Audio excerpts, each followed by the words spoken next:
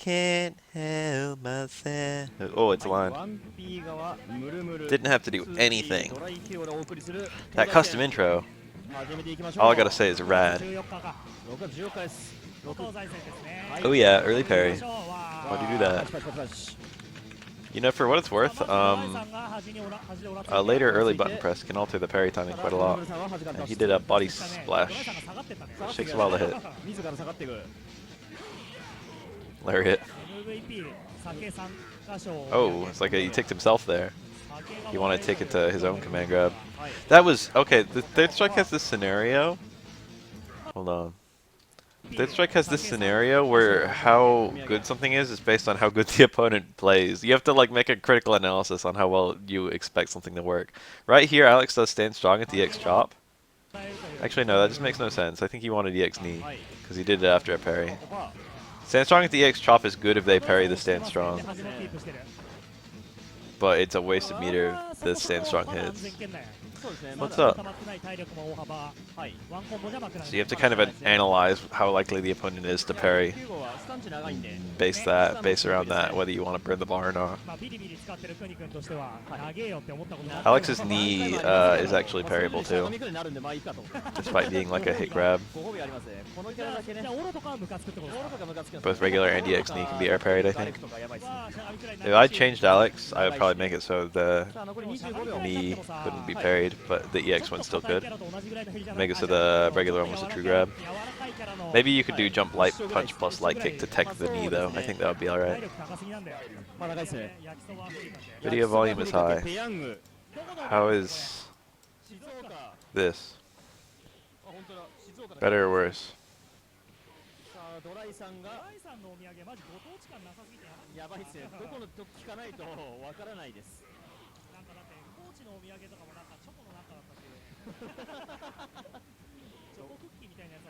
Oof. That hitbox isn't that good. He went for it again. That time it just lost to the jump roundhouse. It's very slow. It's not like Alex's jump is fast or anything. This matchup is okay. It's hard to say. Traditionally, people usually used to rate it in Alex's favor. But I feel like Hugo's a much stronger character than Alex. Maybe not much, but I feel like Hugo is stronger. I feel like the matchup changes a lot as you play it, and it gets deeper. I feel like at the low and mid level, Alex probably wins. But like once you start getting to like high and top level, it turns into Hugo's favor. When parries are being utilized better from both sides, I think it helps Hugo more than it helps Alex.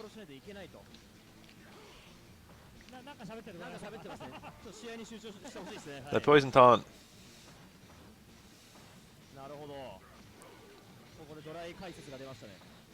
See, these kinds of things are really hard for Hugo to deal with. The early air fierces and stuff like that.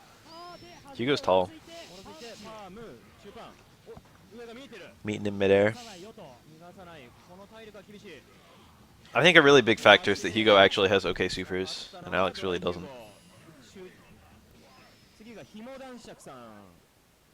That's the Roxy. White Hugo has Roxy.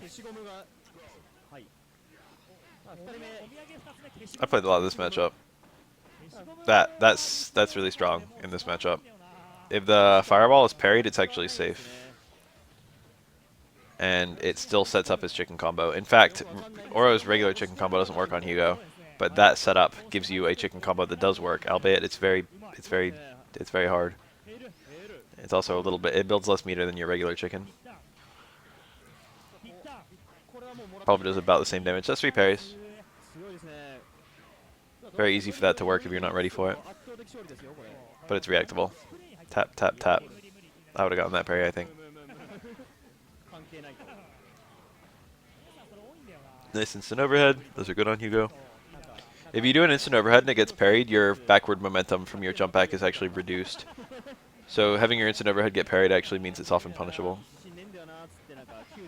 Oro is like around the medium HP. He's got the same HP as Chun-Li. You could call it the 950 equivalent, but I think the actual number is more like 933 in Street Fighter 4 numbers. So just pretend it's somewhere between 950 and 900. I mean 950 and 9, well, yeah.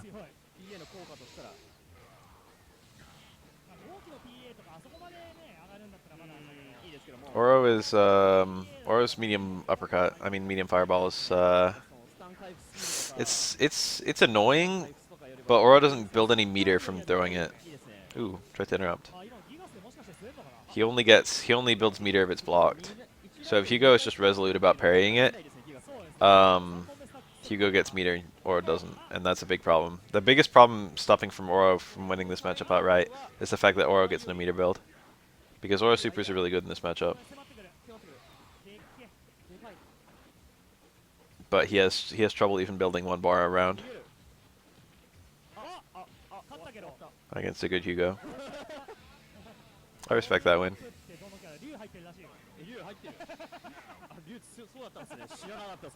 I don't know if there's really a waste of meter in this matchup. Almost all supers do something for you. Like stuff like this, he can get unblockable off of this. He's going for it too. Well, I thought he was.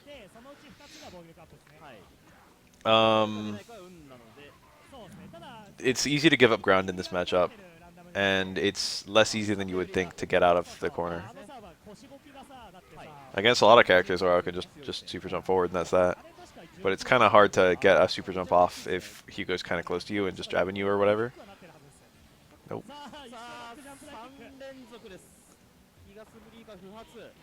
That was fine. Recornered him. Nice. Fireball super incoming. That was probably it. Hugo can actually trade really easily with those fireballs, especially the straight one.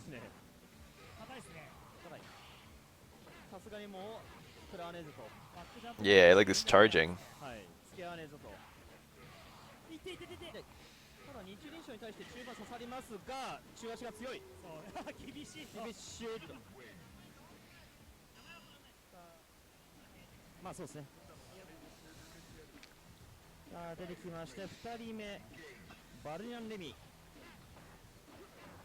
SA2 をセレクト対する紐男爵の2人目天狗石ですね。 Ooh. That's a lot of meter.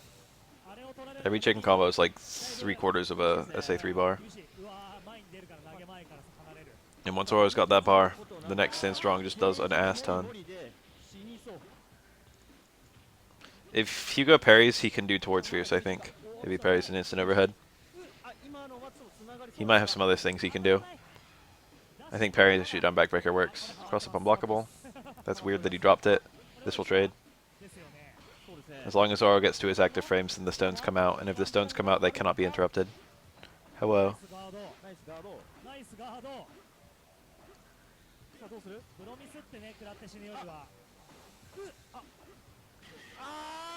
That was a pretty deep hit, but I don't think it was a punish. Not much. I got a whole bunch of third strike here. We're going to be watching this for the next hour and a half. After that, who knows? Probably some shitty Game Boy game. I've been thinking about taking another crack at that Zelda randomizer. But maybe not of randomizing the overworld this time. That was kind of annoying.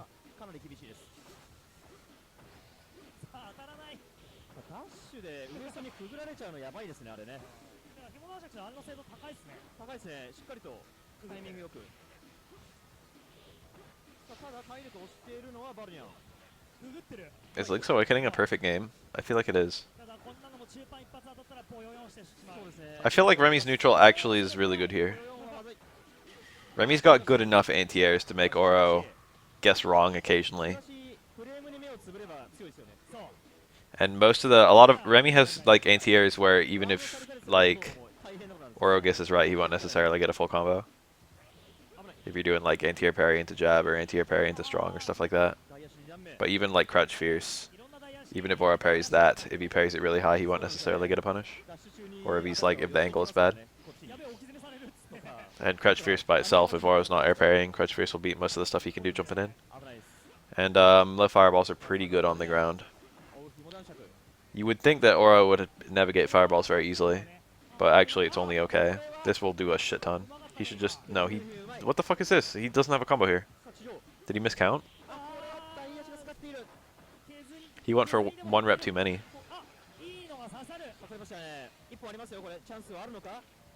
I don't really care about position in this match, to be honest.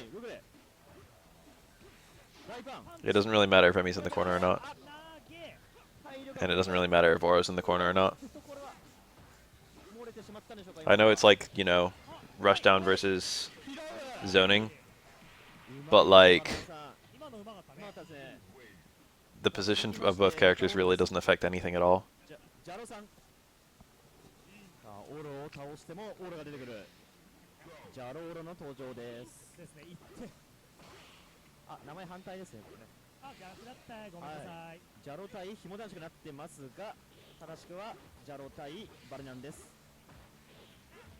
Oof. That was a flash kick. Let's jump in stomp. Can be beaten with most normals. Most people are just afraid to hit a button because a jump in button will hit them.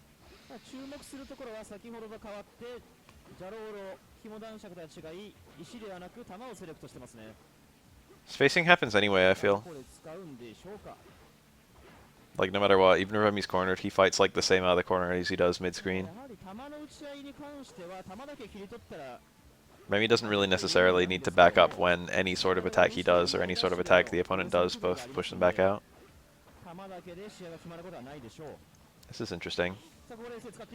I quite like what Remy tried to do. Didn't work out though. That was like the right thing to do, but he missed his parry. Damn, Rion. He has to back up. There's nothing else to do here. No, you have to parry though. So this is kind of an interesting scenario there. If Oro approaches, then the screen scrolls and Remy can walk out of the super, which is probably what he was expecting to happen. If Oro sits still, then he can't do anything with the booger. You know, if he approaches even a little bit, then the opponent can walk out of the booger. So if he sits still, he's making you take the chip, but also he can't like do anything like to fuck up your parry. He can't get a cross up unblockable on you or anything like that. So by sitting in place, he's forcing Remy to parry. The absolute best thing he can do is wait for Remy to start parrying and then dash in, and then use those like 4 parries to try and get a mix-up on Remy to get the remainder of his health. But honestly, Remy could go for like 2 or 3 parries and then start blocking, and he'll probably get out of the situation all right. Or he could even just mash parries and, you know, probably be fine. Or like if Oro gets too close, he could do parry into throw, and even if the throw is teched, Remy will get pushed out of the booger range. EX Chicken would be good. Oro actually has no meter in this particular instance. But that is a lot of parries and a lot of chip, and I've had good success with that. Again, you have to EX Chicken only after they start parrying, but that does, Oro does get there in time. But Hard Chicken won't make it. So you've got to do like dashing into Hard Chicken or something, and I'm not 100% sure if that would work. If it was me, I would probably instead do like 2 dashes into a throw or something. EX Chicken is less easy to walk out of than you would think.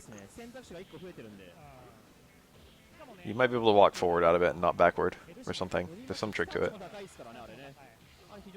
I usually cover myself with an EX Fireball before doing it. If I only have one EX, I'd rather throw an EX Fireball to get some chip than an EX Chicken to get some chip. EX Fireball is safe if it's parried and you can still follow it in and get mix-ups. Ooh.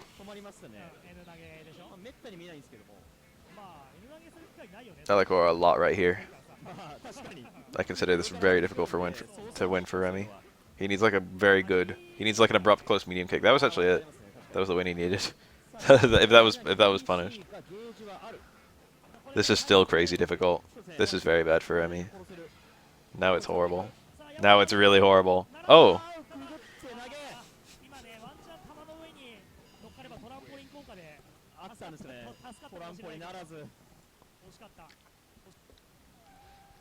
That jump was like a 50-50 to die. Remy doesn't have a cross-up that I'm aware of. Oro's fine if you play him right. Ooh, interesting. A lot of people don't know the matchup and then just treat it like he's an annoying character. And he can be an annoying character, I guess. But his stand strong is more fair than you would think. And by that I mean, his stand strong is pretty hard to land if you play right. So the ridiculous reward he has out of it is more fair. The real problem with Oro players is that most people either don't play Oro, or the people who do play Oro do really well, you know, or rather are really good players. So a lot of people don't get good practice in.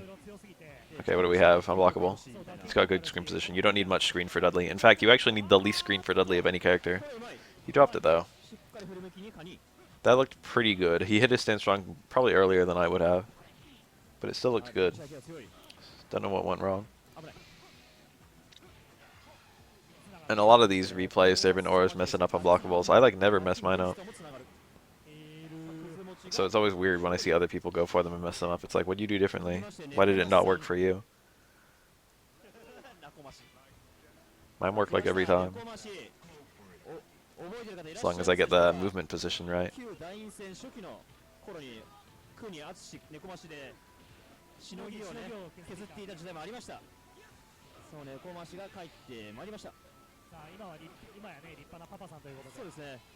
サードやってるんですかって聞いたら2ヶ月に1回と相当やってる That's a nice jump.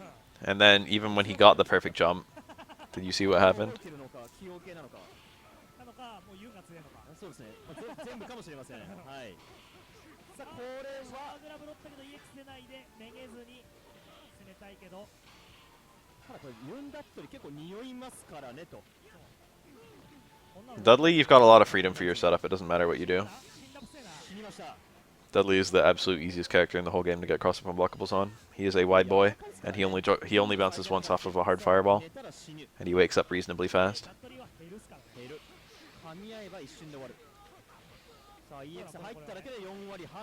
It could not be easier.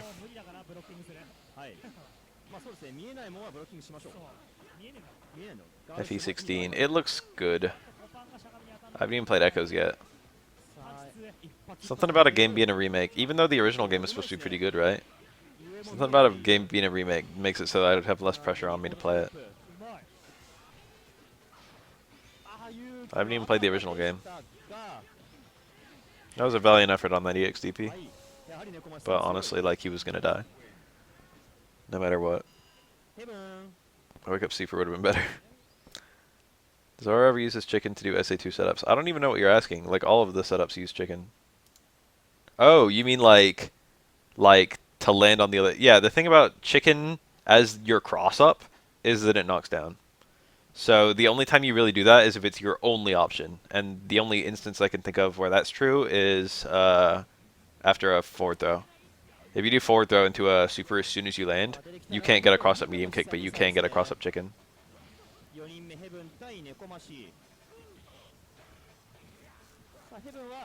Ooh, easy whiff punish there that he missed.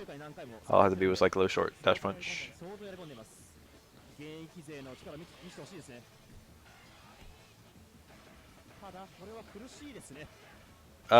Technically speaking, I think Palm is the most damaging Gene starter. And then it's probably either medium kick or hard shoulder, but I don't know which one is stronger. Medium kick is the most damaging practical starter. Starting a Gene combo with Palm doesn't happen often. Yan doesn't get a whole lot of dizzies. And that's really only really feasible after a dizzy.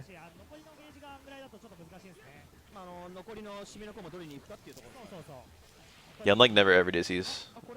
Yan doesn't have very high dizzy on any attack, and his Gene like has no dizzy all the time it's going on, I think.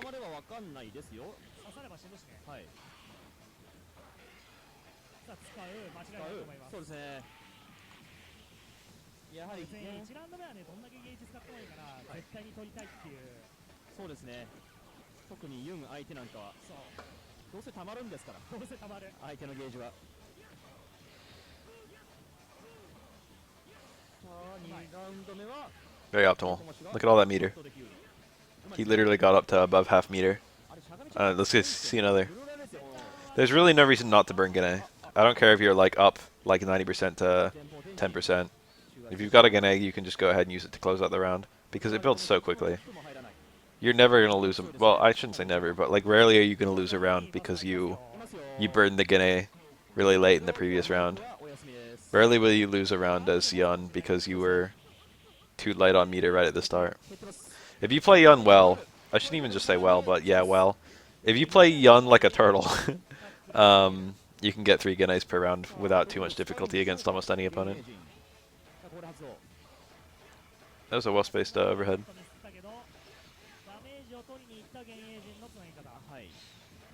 Oh, the instant overhead was cool.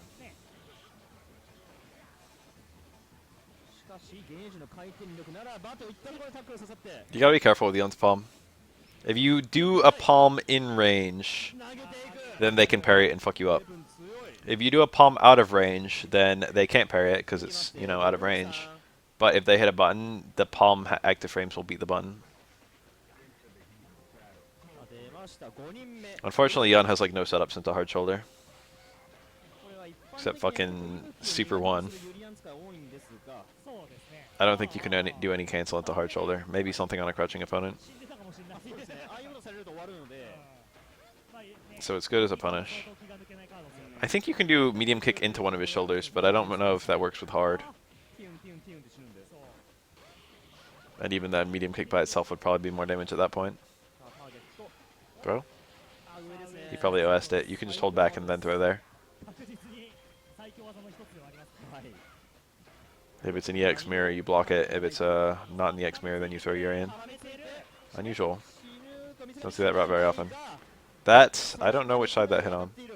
Ibuki still has her nonsense with the kunai, but the scenarios to set it up are much more rare, and it's much more minus when she lands. So it's not as good as it is in other Street Fighter games. But the same nonsense is present anyway.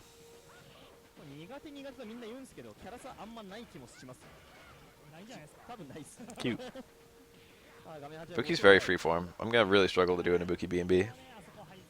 You got a lot of freedom in the way she plays. Cross up unblockable. EX headbutt for consistency. I'm not sure if he could have killed with his screen position with like any other route. Burning the bar was fine there. That's unfortunate though, because now he's got no meter whatsoever, and Urian is very meter reliant. And his meter build isn't even that good.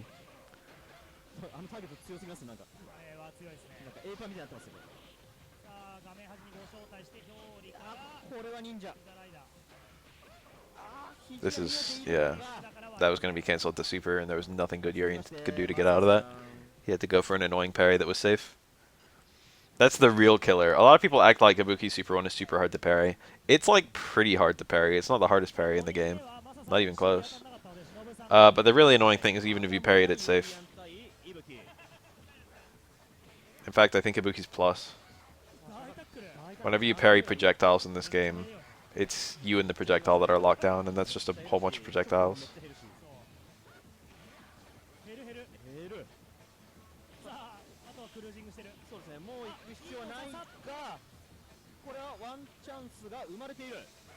One chance. The delayed kunai was just it's like she's really minus if she doesn't do anything. But the kunai, the opponent can jump and hit her, or something like that, I think. It depends. Different characters have different options. The kunai is just to cover her landing. It's like a little mix-up, like Melina's dropkick into air knife throw. Okay. It's like the second time in 2 rounds he's gotten that. This is an unblockable. Oh. Oh. Oh, that was fortunate. That went so perfectly for Urian.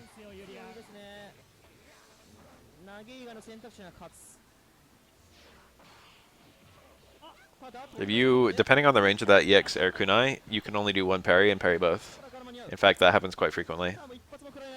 Same with Remy's EX fireballs, the ones where he throws 2 fireballs at once. Oftentimes one parry will parry both of them at close range. You have to parry on the way down. Ibuki gradually raises as she does the kunai. She like lifts into the air, she throws more reps.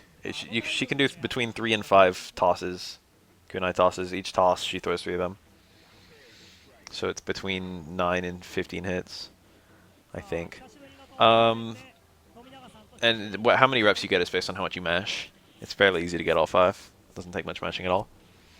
But because she gradually goes up, if you're absolutely full screen, and Ibuki does like super jump up into like full mash throw, fully mashed air super 1, only like the 4th and 5th rep will actually go full screen. So if you jump over the early reps, you've got to come down with parries. It's like a fairly easy parry too. He should have been aware of that. That matchup's alright. The only problem is Ibuki Saint Jab, which we didn't even see that much of. Well, Ibuki's like, you know, normals are in general pretty good against someone who can't crouch them. And Urian is kind of tall when he's crouching.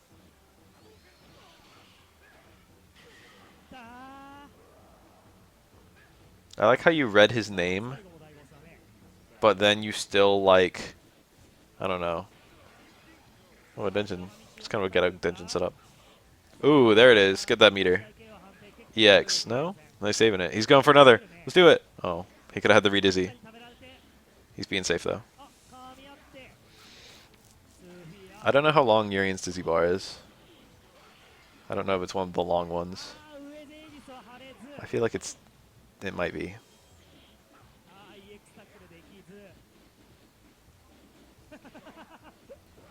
Whoa. Didn't even kill.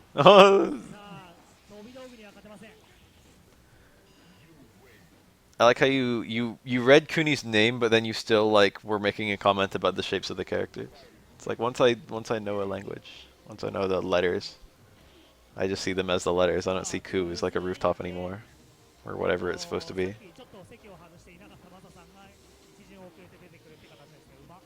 It's like a house that tipped over.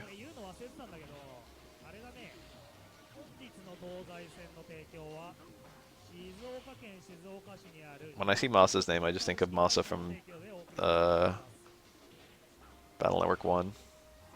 The Sharkman guy. Ground Fireball to punish Air Fireball, what up? It's easier than it looks. Throwing Ground Fireballs against someone who's throwing Air Fireballs is actually generally pretty good for the Ground Fireball guy. 72, that's one of the long ones. Yeah, the squid emote. Truly an excellent emote. I think that uses a bracket. One of them little angle brackets, I don't know what they're called. Things above period and comma. I don't know, that could be a coup. It could go either way. And then it's a ko, katakana ko, and then a colon, and then a katakana mi.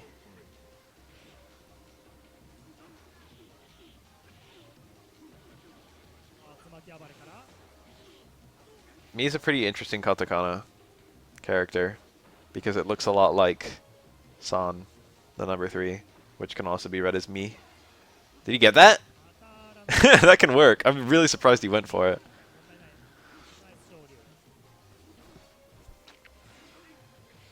Oh. That's a really weird timed engine. That's my trade. Ryu was crouching, so he took a lot of damage. I think otherwise that might not have killed.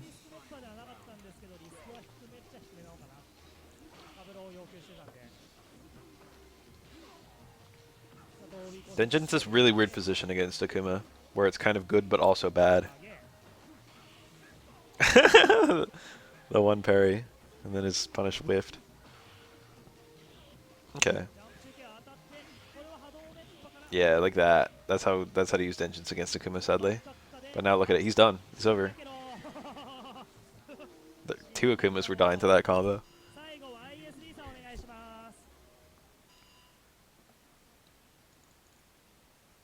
His stun combo would have like led to a meaty Denjin. That's the best part. YSB.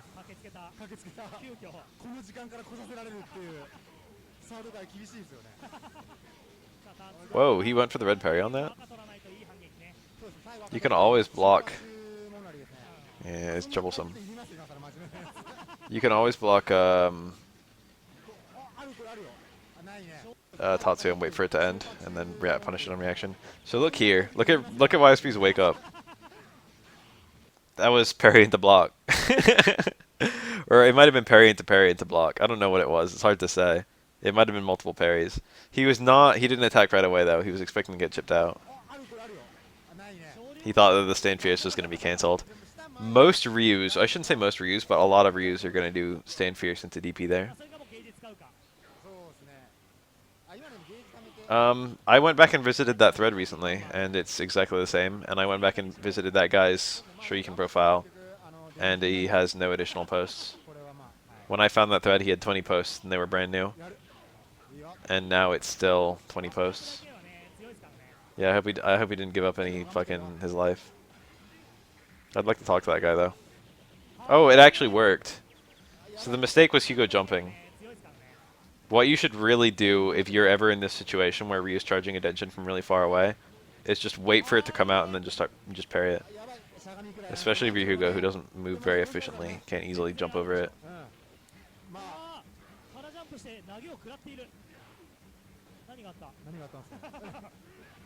If Ryu's absolutely full screen, he can't do anything really mean to you. Even if he makes you parry 5-hit Denshin. Not even Micross is Micross right now. I doubt some random guy is going to be Micross.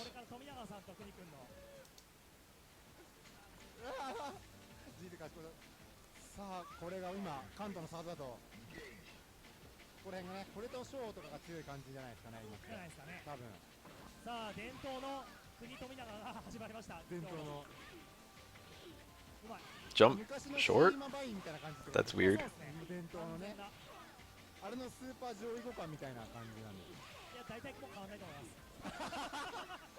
Kunai's pretty great. He's a good player.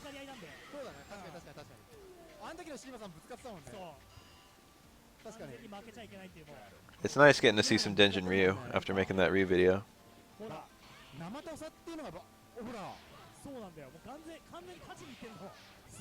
Oh.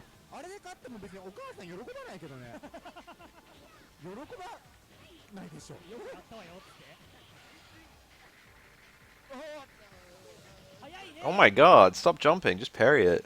It's okay. It's such an easy reaction parry from full screen.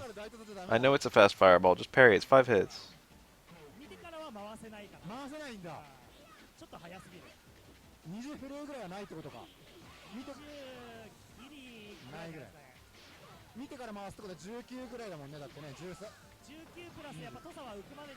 Wow, that's still not the correct spelling of weird. Oh, look at that. He went straight for the hard tatsu. Not a lot of stun on that, but it did do a massive amount of damage.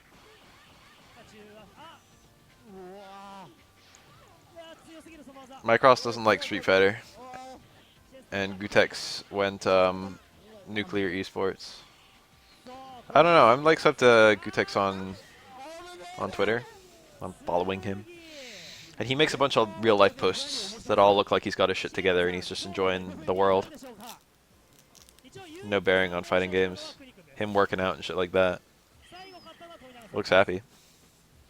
Hope he is. UFC me in third strike though, Famalam. I just peeled a banana and it's got a fucking dead spot. Fuck bananas. Alright, let me put on a new video while I eat this banana. Oh yeah, look at these two.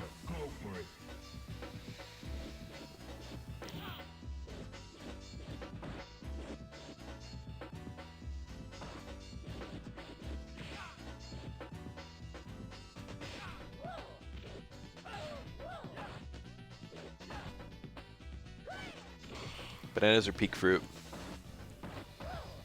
Highest level of fruitiness. Stand strong and chase that down. I would have done Stand Fierce 10 times out of 10. Shippu? Oh, I wouldn't even fucked around with that. He went for the red. Shippu works there, I think. He just blocked the whole thing, then Shippu. That was a failed low short suit Shippu. He got stand short, which doesn't cancel. Aggressive. Aggressive parrying. I'll have you know this is a yellow banana, unless I'm technically Donkey Kong right now. Are you ready? Go!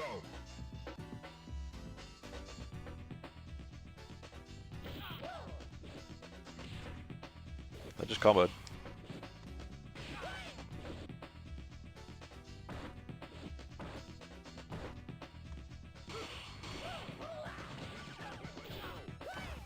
I think I agree with that. It would be a lot more fair anyway. It's still kind of cheap that it's hard to parry out of. Alright,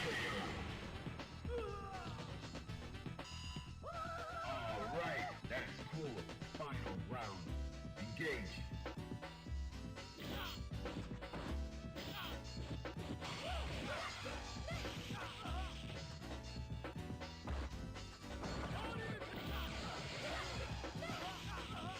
This can kill, I think. That was precisely the combo I was thinking of. You win.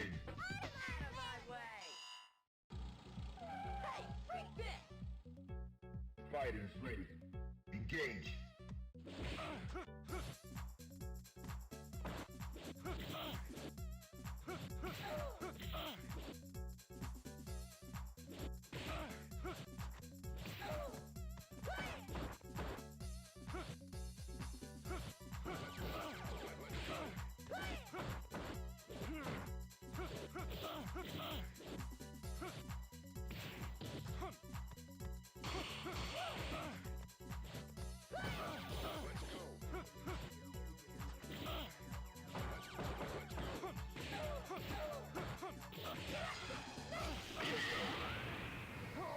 Alright, I finished the banana. I feel like Smash 5 is... I mean, Smash, what the fuck? Fighters ready. Freudian slip. I feel like Street Fighter 5 is trash. And I feel like Street Fighter 4 is also trash. And I feel like Street Fighter 3 is also trash. This matchup is almost certainly good for Dudley, but I could not tell you exactly how good. Call it a 6-4. I feel like Gutex is a third strike player. I feel like Mike Ross is probably a Street Fighter 4 player or something. Street Fighter 2 maybe, I don't know. And I feel like them trying to play Street Fighter 5 is already a losing endeavor. But maybe them trying to play Street Fighter 4 was, you know.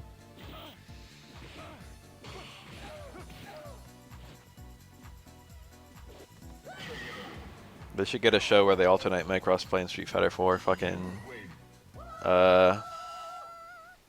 Gutex playing Street Fighter 3, and then just hop on with a third member playing Street Fighter 5. They switch games every time. Genius, right? I'd actually like watching like a series of episodes where they're playing a different fighting game every fucking Excellent Adventures. The problem is finding opponents.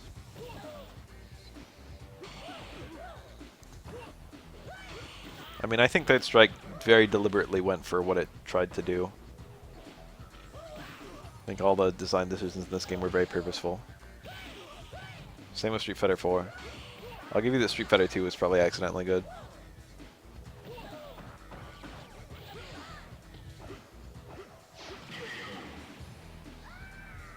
They didn't just throw parries in and call it that. They were very careful about how parries were implemented. Obviously, there's the idea that, like, you know, if you miss your parries timing or pick the wrong direction, you're very unsafe. Because you've got to, like, pick a direction and then wait. Watch for the parry. You know, you're not doing anything else. You're not taking throws.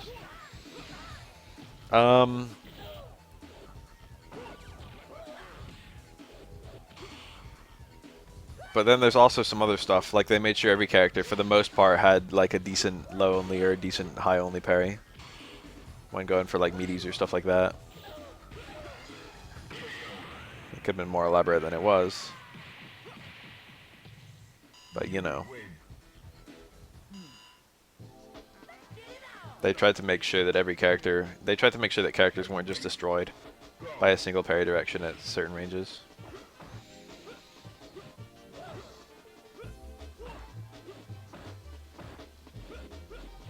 And they made it so, like, charged characters had something to do after a parry, so they didn't have to worry about stuff, unless it's Chun-Li. Chun-Li actually has nothing good to do after a parry. It's kind of a weird little distinction she has, which is especially weird considering she's, like, top 1. She's got no good parry follow-up. Except super. I've broken her parries. They're worth going for. They're not game-breaking.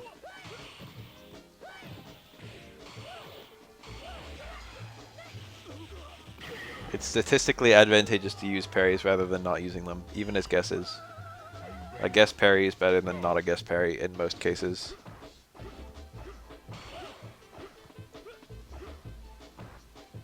But, you know, every character has parries. And every character can use parries to do better.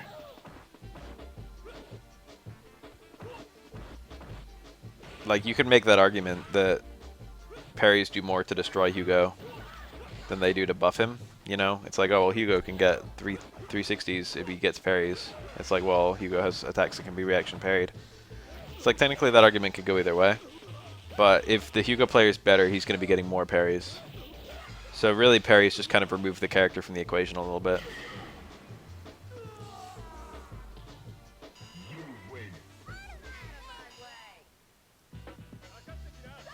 Matchups that should be horrible if one of the players is really good at parrying. They let you play an anti-character instead of playing a character. Like, you know, Sean kind of sucks.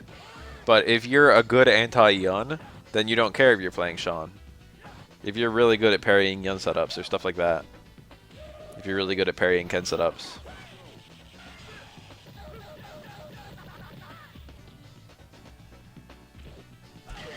That would go a long way to balancing Chun-Li.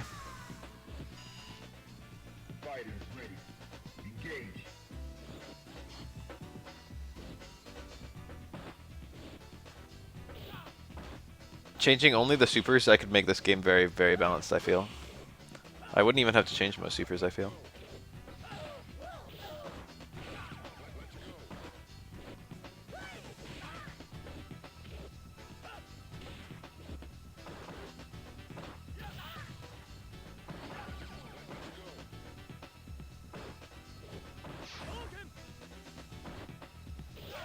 Nice. That was not confirmed, that was pure guess. He can confirm it. You can do low short into spin knuckle, whatever. You can also do low short into electricity. Both of those are situationally safe. And both of them can be cancelled on reaction into super. I think Ken can Shippu spinning knuckle, whatever. Spinning hook, punch. Tornado hook. Official name. I think Ken can punish a tornado hook with Shippu. Don't quote me. But I'm pretty sure you can't punish electricity. Is that a punish? Looked like it. Aegis is just about the best super in the game. I wouldn't make a single change to it. It's the best in many different ways. It's the best because it's like the best super. Or one of them. But it's also the best because it's so technical. But it's still very fair.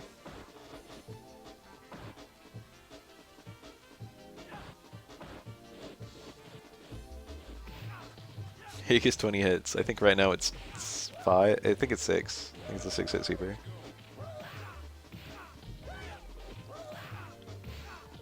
That's accurate. Chun-Li Super 2 is actually not amazing. It's good. But Chun-Li makes up the distance. The difference. Excuse me. Whatever, whichever of those. Chun-Li super on other characters would just be pretty good.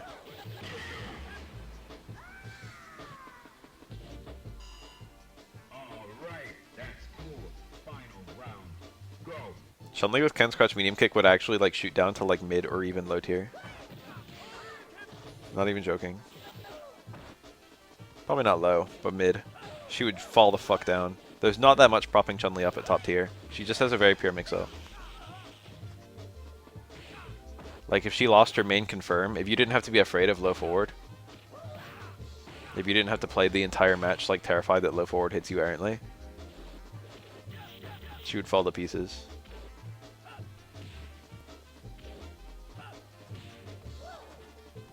Medium tornado hook is -4. That should be punishable.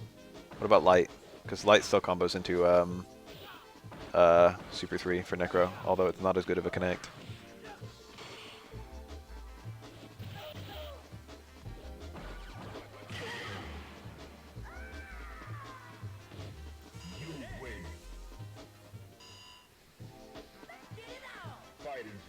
+1. I knew it was annoying. Anyway, you can just red parry it.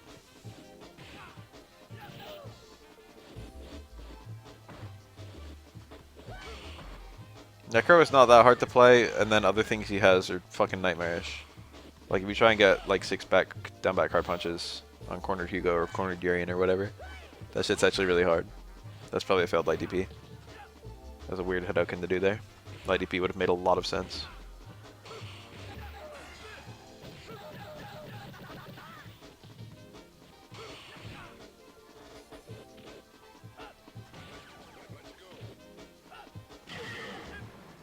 This is purely for style. you don't get to the active frames in time, so you don't build any meter from it. It's just like, hey, look, I've got time for a special move before the round ends.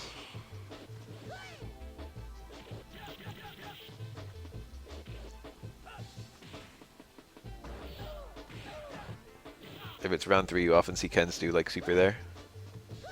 Super style. Tricky.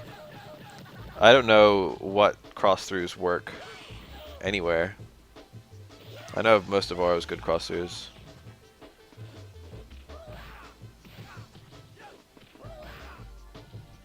So is Necro actually Russian? He is, right? I wonder if Necro would make any sort of sense to a Russian person. I wonder if Necro's like an obscure Russian name. Or if they just picked it because it sounded cool.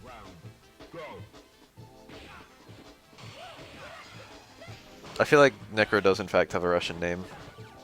Ilya or something.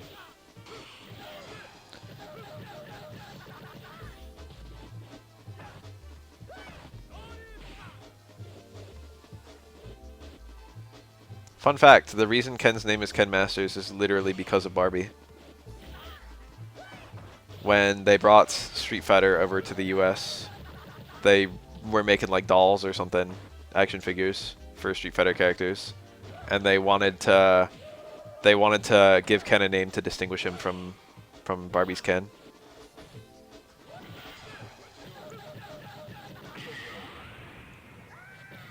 That's why Ken has a last name and Ryu doesn't. Because Ryu wasn't like, you know, there wasn't another Ryu on the market, but there was a Ken.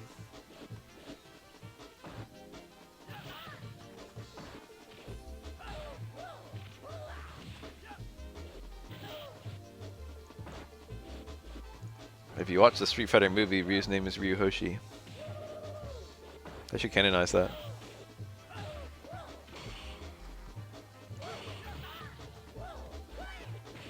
It's kind of weird when some characters have last names in a body of work, but some don't. One Piece is especially weird in that way, because last names actually seem to be somewhat relevant or even spoiler-filled. Like how Sanji got a last name after fucking 900 chapters. It's like, surprise, motherfucker.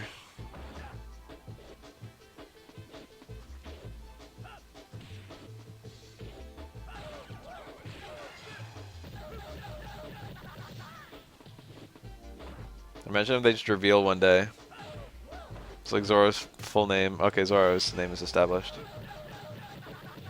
Imagine if it's just fucking Monkey D. Nami.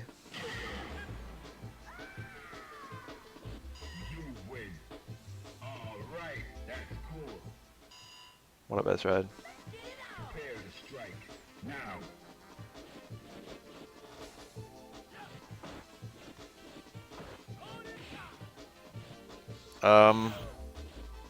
I forget when. It was like in 2016. Someone asked Oda how much he'd covered based on how much he planned to cover, and he ended up saying like 60% or some bullshit.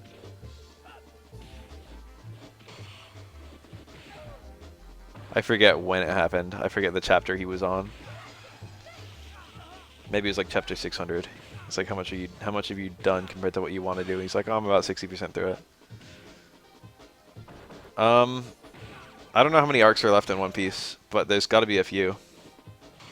It looks like some big things are fixing to come up since the leader of the world government might about to be appearing. Ryu Hayabusa. I like that. Like Ninja Gaiden.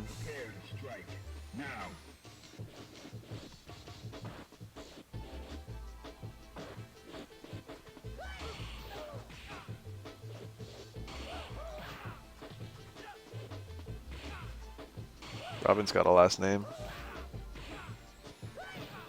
What's Brooke's last name? What's Brooke's first name?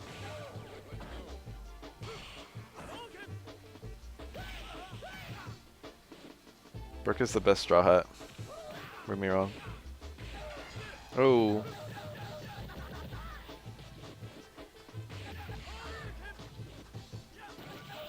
Got it.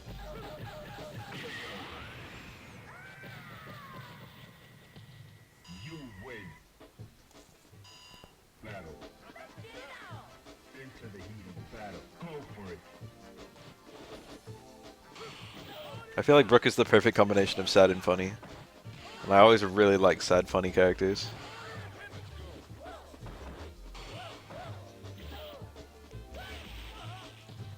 Dude, new canon. Evil Ryu, I like that. This whole time.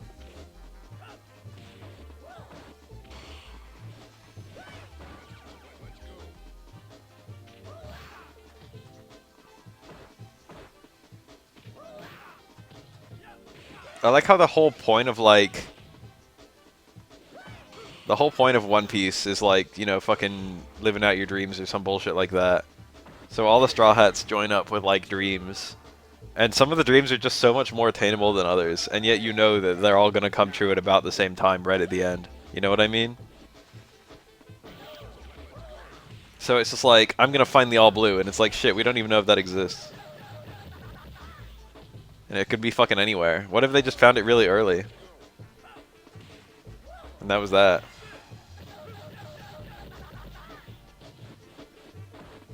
Or fucking Usopp, it's like, I want to visit Elbaf. It's like, okay, I guess Elbaf isn't gonna fucking ever be anywhere. Either your dream is gonna change, or Elbaf will be like 1 nanosecond before the end of the manga.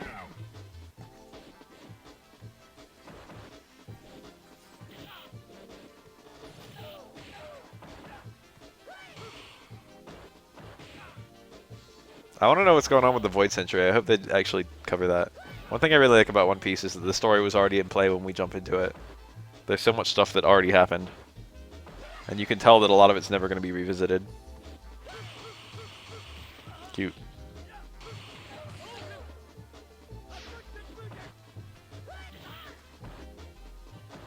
Did Luffy get laid? No.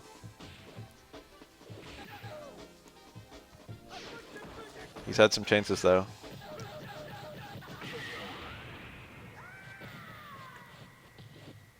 It took all the way to what's her face, the snake lady.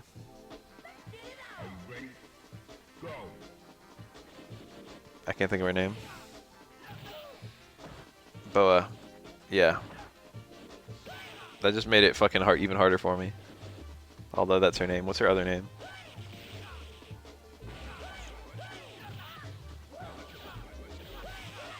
There was like Boa Sandersonia. It was like Boa... God, I don't remember. I haven't thought about those characters in a minute. Boa Hancock, that's her.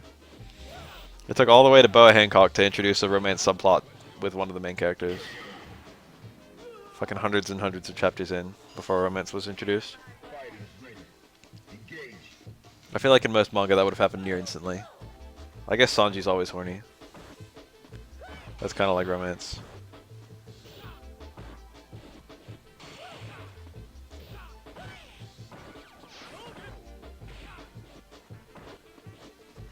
Oda was asked about that right at the beginning. It was like, are any of the characters in love? And his reply was, they are in love with adventure.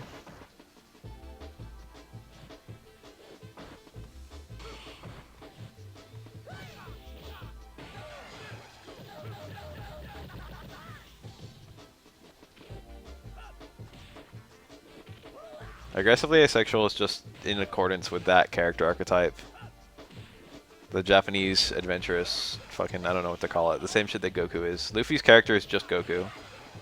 It's not just Goku, but it's pretty close. It's like close enough that it's hard to ignore.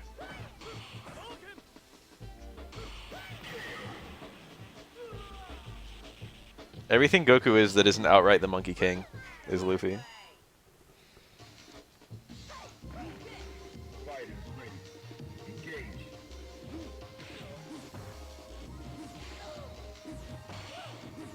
Necro doesn't really get creamed that much, I feel. I don't know who his worst matchup is. It might be Chun-Li, it might be Yan. But neither of them seem to be horrible. Necro's worst match doesn't look as bad as Zoro's worst matches. Let's put it like that. I think Zoro's a better character, though. Nice, good chase.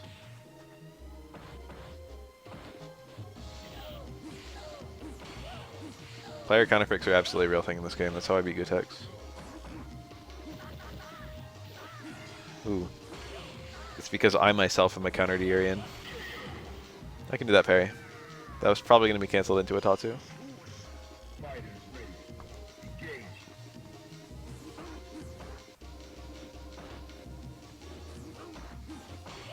I think Necro Makoto is actually alright, because Necro has a good escape to Karakusa compared to most characters. Jump drill. Oro is bad for Necro, but it's not that bad. It's probably 3-7. Probably not 3-7 actually, it's probably like 3.5, 6.5. But Oro is a problem matchup for him for sure.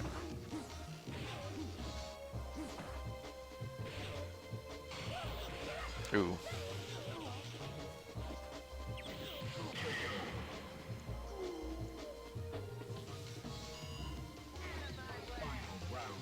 Go for it.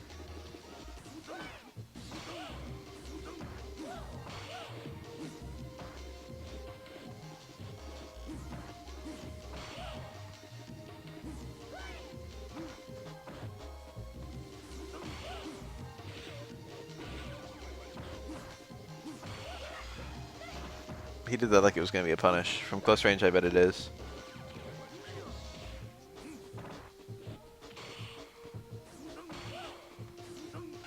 What the fuck? That looked like a punish. That was pretty cool. Oh.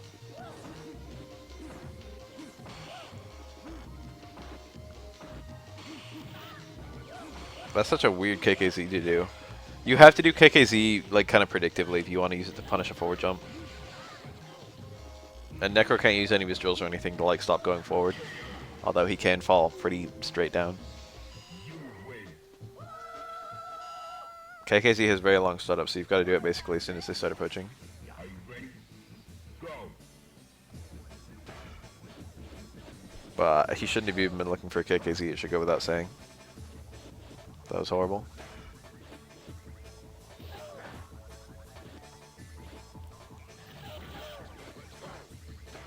Big Blanca.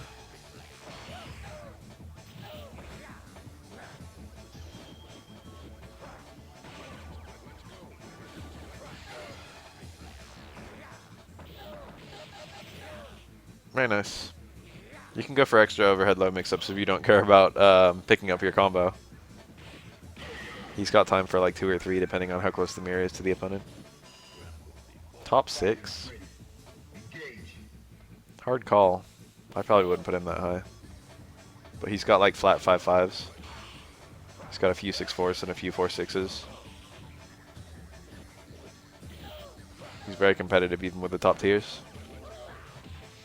But this is a pretty competitive matchup too. There are certain things both of these characters have that are really good weapons against each other. I could actually see it being in Necro's favor. Yeah, the Necro plays really well.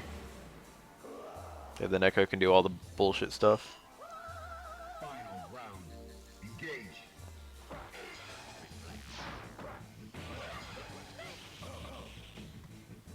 That was a punish on the EX tackle. Necro took the opportunity to move to the other side of the mirror. Get himself out of the corner. Generally a good idea. In that order?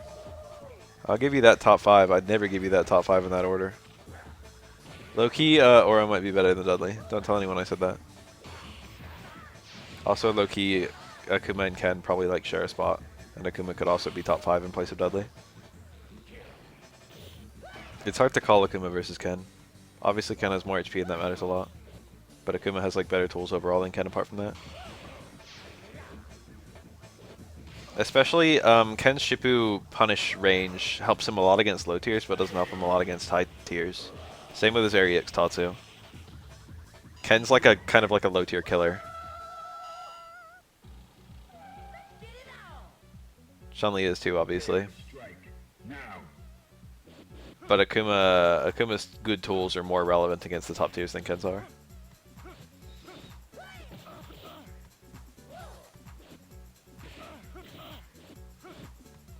Their fireball's okay. It's a good fireball in the spectrum of this game. Like, this game doesn't have that many good fireballs. But it's still, it's like, you know, it's only as good as air fireball, like, should be. It's not, like, busted. It's just not shit. It's like the Guile Street Fighter V Guile Sonic Boom. Is it good? No, it's just not shit. But every other equivalent move in this game is shit.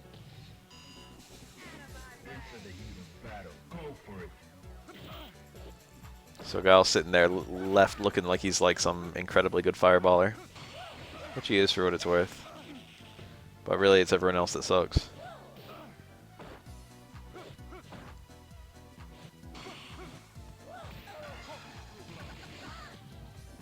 Different people have different opinions about the top tier of this game, and that's fine.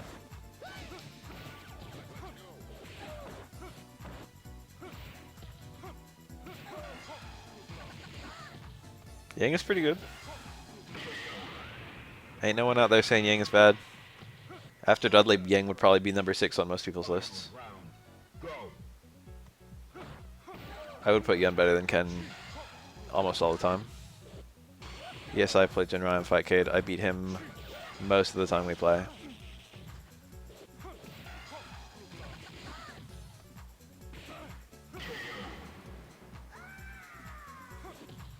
You win.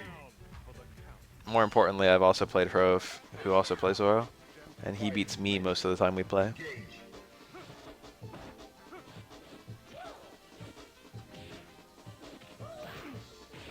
Maybe you want some Oro power rankings.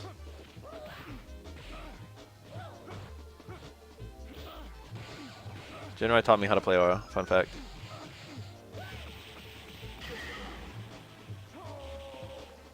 He sort of taught me how to play Oro. It was like him plus watching replays of Dirty Music. Prepare to strike. Dirty Onpu. Now.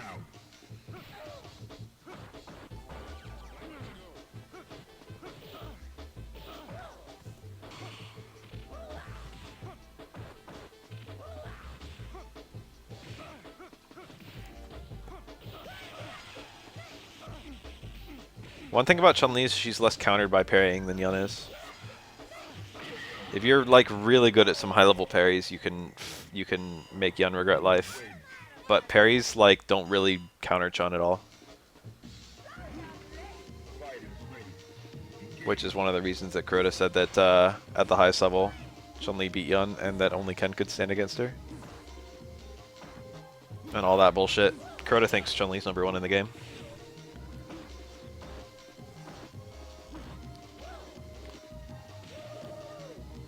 It's hard to say. They're so good. They're both so good. But they're good at different things. And their matchups are different.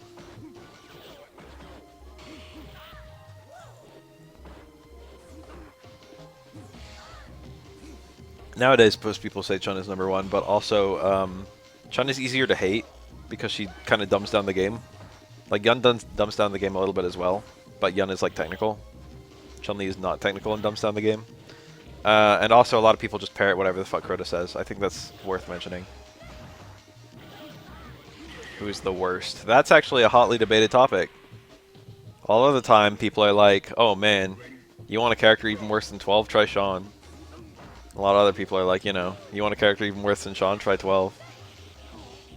In my opinion, I think 12 is better. But not like way better or anything. They're both pretty bad.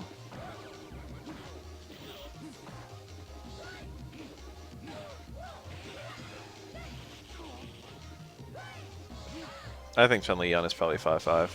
I think Crota's high as a kite. I respect that he did that.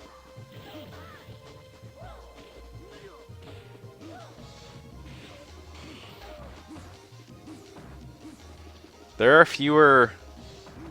Oh. There are fewer Sean players than 12 players because Sean is not unique and 12 is. Round. Engage.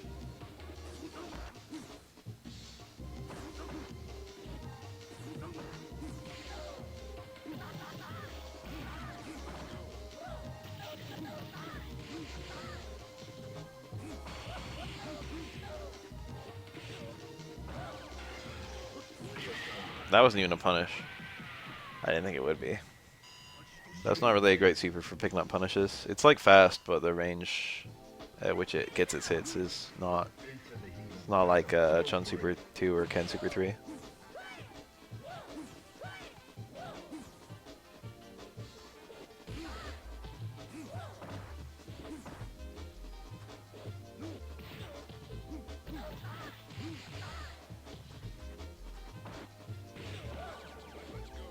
It's hard to get a real mix-up with Sean.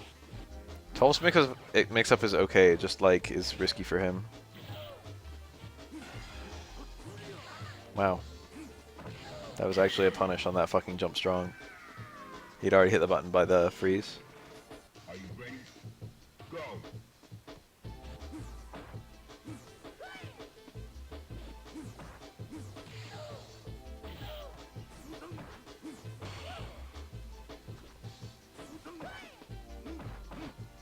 Sean's toolset, it's like I don't even know what you're supposed to fucking do with it.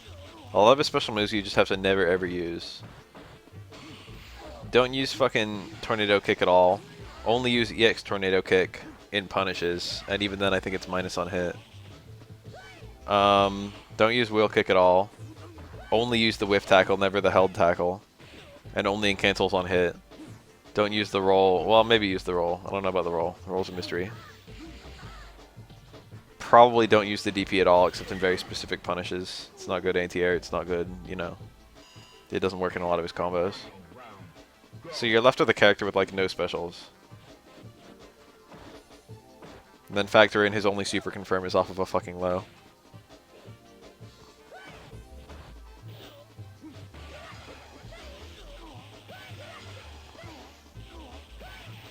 Neat. Oh, it's over.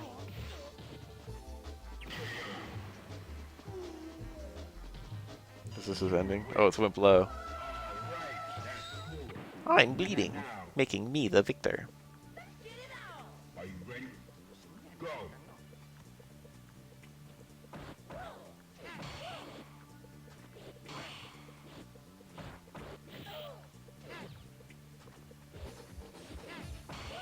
He's got nothing to do with his target combo. He's got nothing to do with his overhead.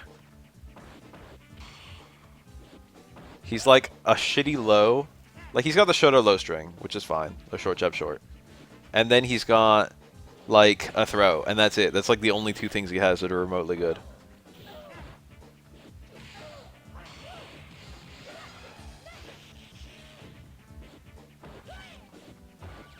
Target combo is not that strong. And also it puts you back in neutral, which is bad for Sean. And it doesn't confirm anything. I think it is safe though, don't quote me. Technically speaking, it can be red parried on reaction.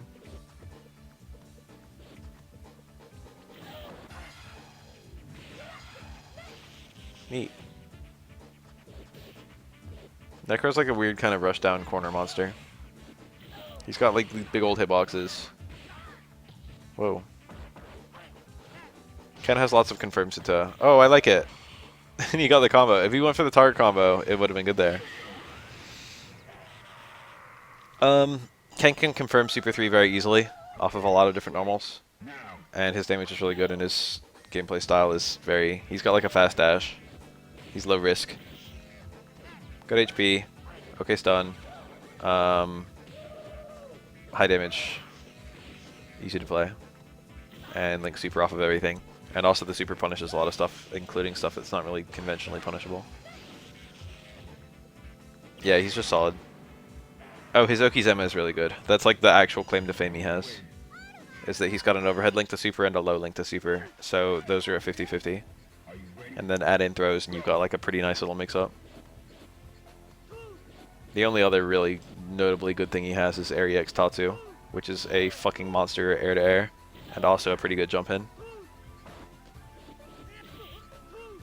It does like 30% off, 30% of the opponent's health with a good connect for 1 bar, including follow-up.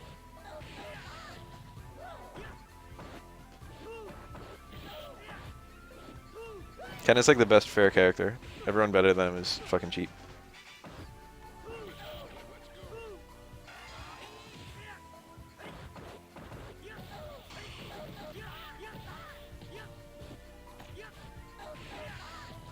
Ken's is... Chun-Li's is 4 frames and Ken's is 3, I think. Correct. Everyone's saying it all at once. Ken's is 1 frame faster. And that makes a difference on a lot of attacks because there's a lot of stuff that's -3. Tricky.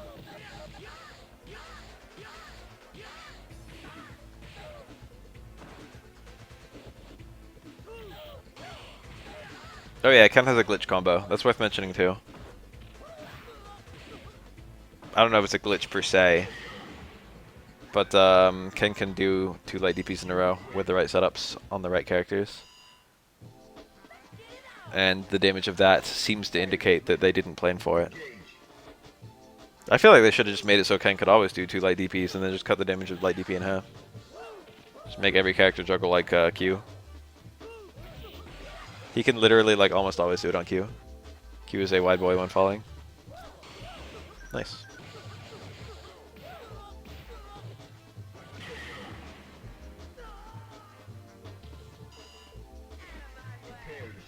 No, they fixed the Makoto Ken crash.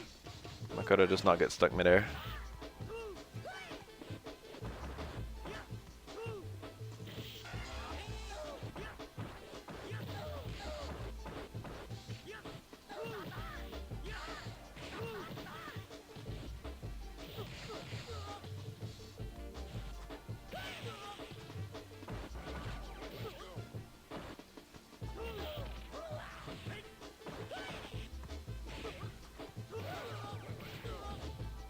I feel like I tested an OTG, but I don't remember. I think OTGs are still there. There's a few other funny third strike bugs. Unblockables are still there for sure. Ryu isn't even too honest. Engine is pretty dishonest. Ken is more honest than Ryu is. Ryu is honestly like almost as good as Ken. People like to treat this game like this is the game where Ken is good, where Ken is better than Ryu, and Ken is better than Ryu, but only like a little bit, like a real tiny bit. Absolute unit, that's me. Ryu's had a lot of tournament success. I don't see what the problem is.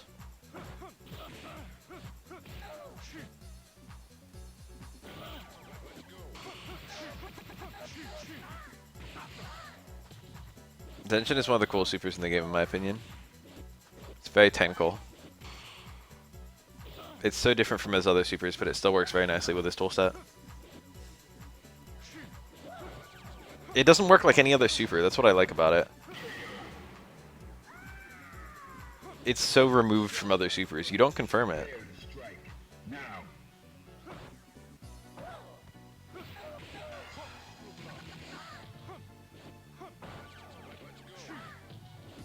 Ryu looks for such different things with Super 3 compared to Super 1 and Super 2.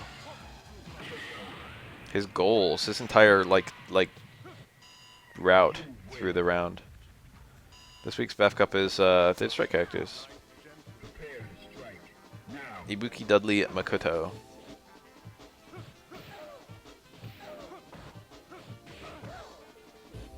This is Acho footage.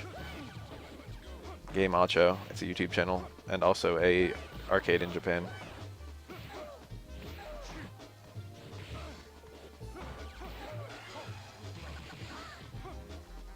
Yeah, timer supers are quite unique too. But a lot of timer supers are confirmed. Like Gene or Tengu Stones you can confirm. Are you ready? Go.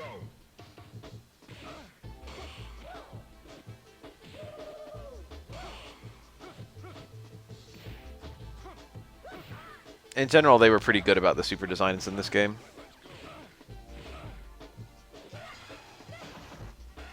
Oh, no. The BAF Cup for this week is Omega Cup. It's Street Fighter 4. It's not Third Strike. It's just Third Strike characters.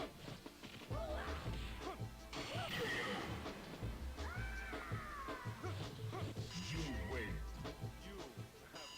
The battle. Enter the heat of battle. Go for it.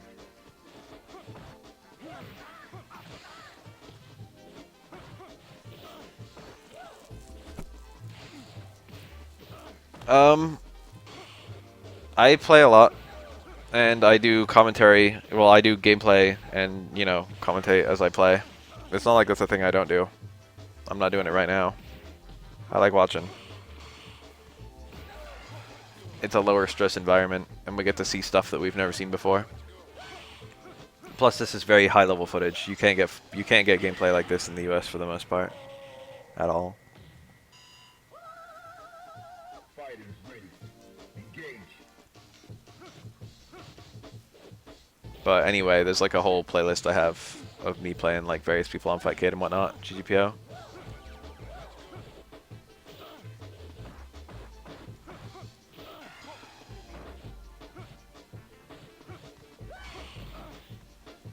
This week's Omega Bath Cup is just those 3 characters. All Omega Bath Cups have only been 3.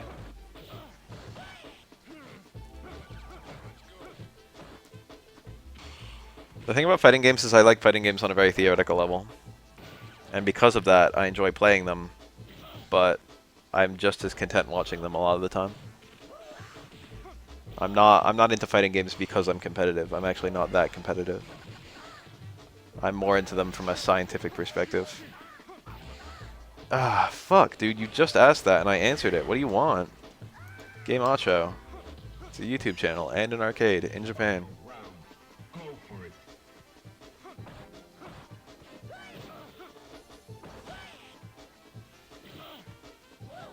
If there was event commentary for Third Strike, I'd do it.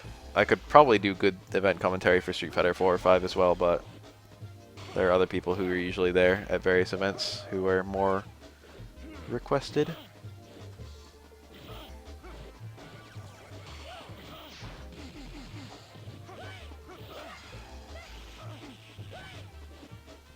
He could have jabbed to close it out. He went for electricity, but it didn't really matter what he juggled into. That was probably safe on Parry. You win. Good old jump back strong. Everyone's favorite normal. Prepare to strike. Now. Unfortunately, no one knows my face, and no one knows who I am. So even when I'm at events, you know, it's just like, who the fuck's this guy?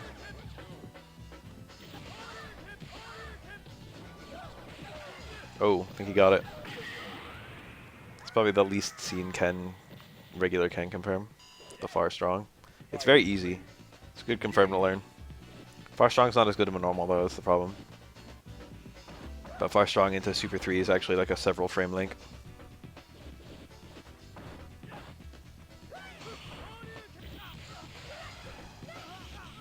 I actually have like a permanently cycling beard. I wait for my beard to get too long and then I shave it. Like completely, just gone. And then I wait for it to get too long again. My beard appears and disappears like every couple months.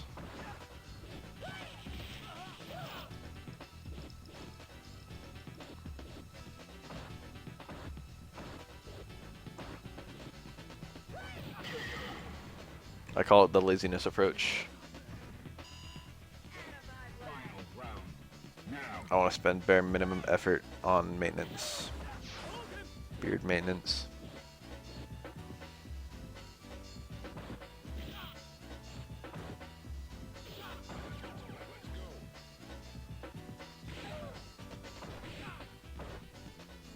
I think it's just I.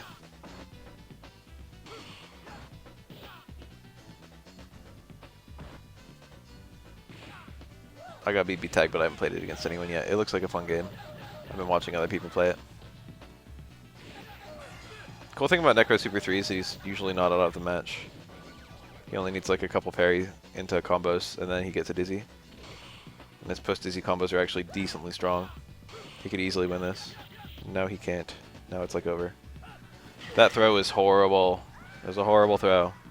It was good for Ken. It was horrible for Necro. Now. The battle. I haven't played Dragon Ball FighterZ, and at this point it's looking like I might just miss that boat. I like kind of planned to play it, but I didn't care that much.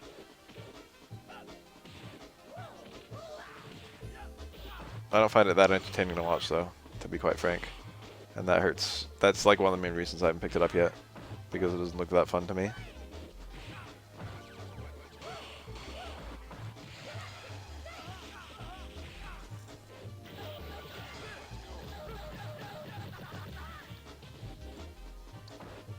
Probably not tonight. Oh, delayed meaty back fierce. Yes! Oh, he could have kept it going. Attacks that air reset do not air reset if the opponent gets dizzy, so you can do very silly juggles. Are you ready? Go. Monday night. That I can maybe swing. I thought MVCI was an amazing sort of MVC. MVCI. Oh. That was a punish. Because Necro hit a button midair, he couldn't air parry on the way down.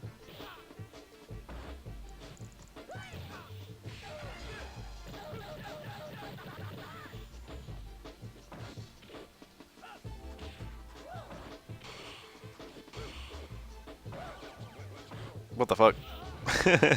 He did a thunder kick. That one's kind of bad in this game. So the thing about Ken's back medium kick is it's actually plus on block. And the thing about thunder kick is it's minus. It's like -1. It's still safe. Also, it's very reactable. It is very fucking reactable. You can just high parry that shit as soon as you see it.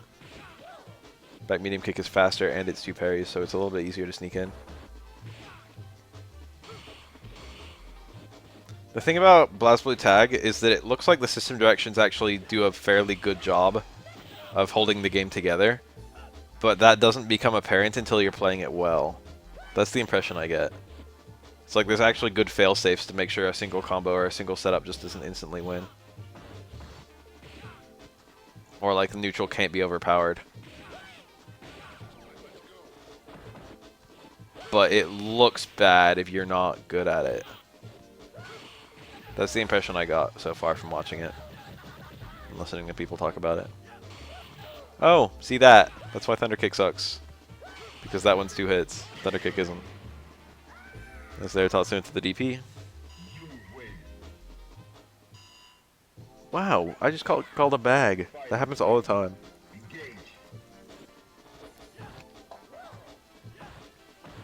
We've had a lot of Necro footage in this one. Wouldn't it be funny if it turned out to be Sugiyama? He's a good Necro player. I think Sugiyama liked this color.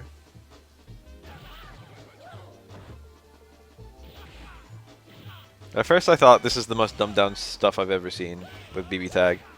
And then the more I played it, the more I was like, you know what, this is like... There's something deep here.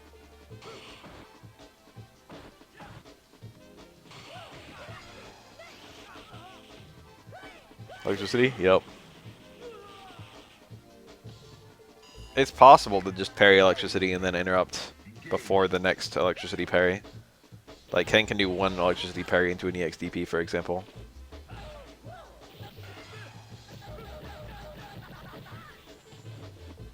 BlazBlue is deeper than cross tag on the surface. I don't know about, you know, once you actually start digging. But BlazBlue is less like, you know... Okay, this is fine.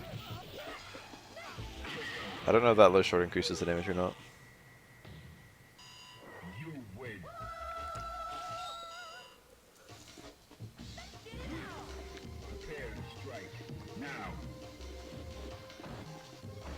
A lot of your attacks in BlazBlue Cross Tag Battle can't be done in a vacuum anymore, which hurts depth.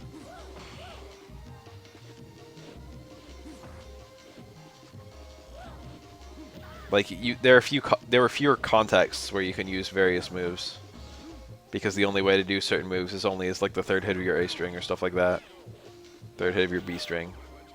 You can't just do normals at like on command anymore. Some you can, some you can't.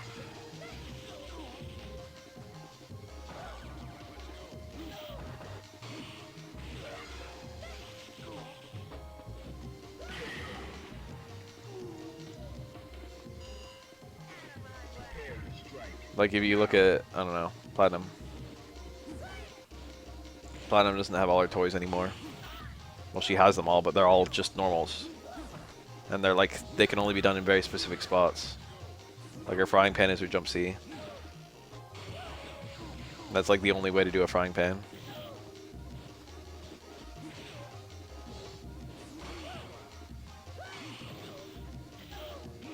There's only one way to do a cat stick. Only one way to do a bomb.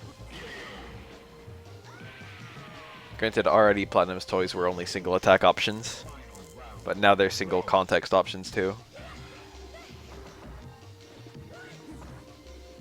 Now, not only can you not do cat stick at will, like not only is cat stick a single attack action, with one use, but now you have to do it as part of a string.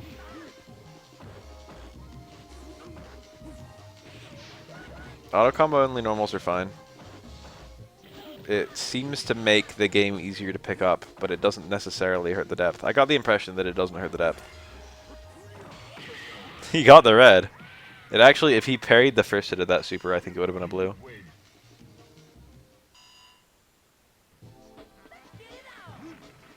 Fighters ready. Engage.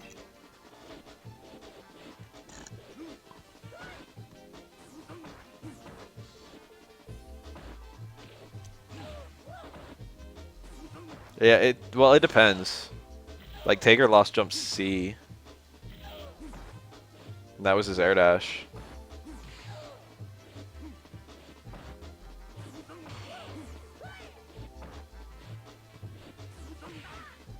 Or like characters where they're down A is a down B or whatever. And it's like I want my old down A. I think Ragna's like that, right?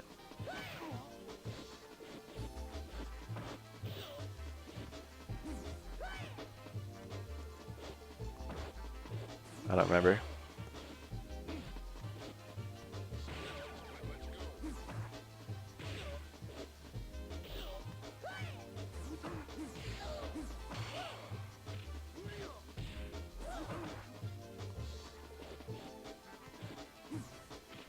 Like for a lot of characters, their back A is their old A, and their regular A is their B.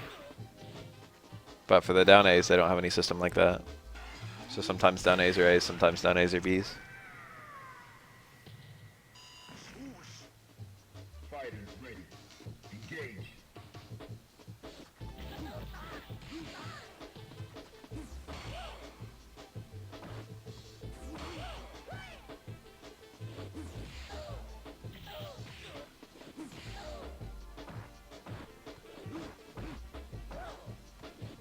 I hope they never ever add Carl to cross tag battle. I hate Carl. Is he already confirmed? Please tell me he's not.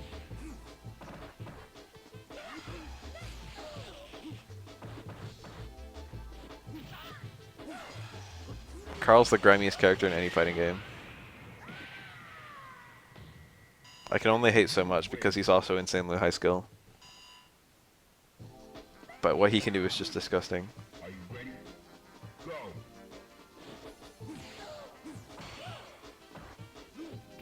I feel like Task Carl would be some wild stuff. Total assisted combo. Carl.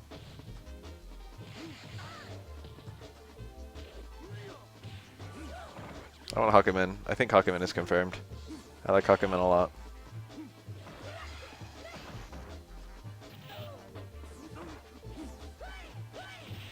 When he's added, I'll play and I'll main him.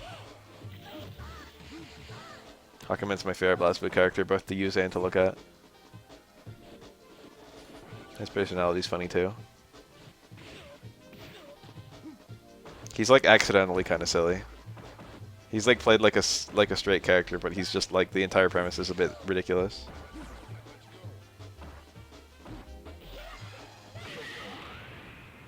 I like his justice.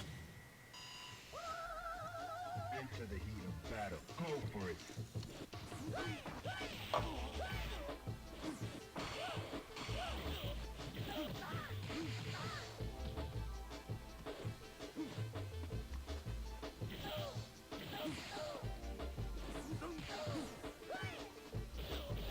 Tuesday, shit.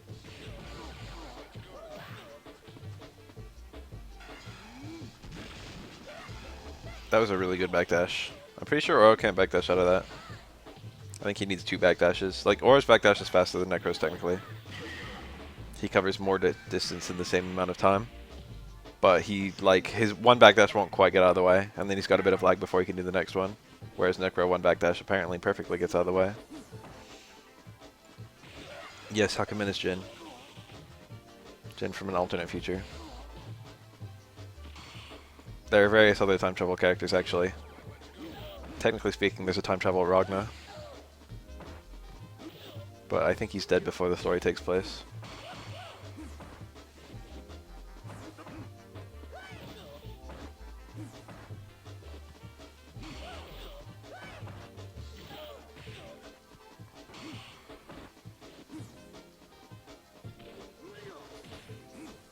It's Blood Edge. Ooh. Neat.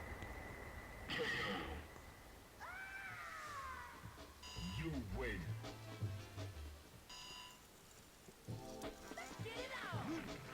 Are you ready? Go.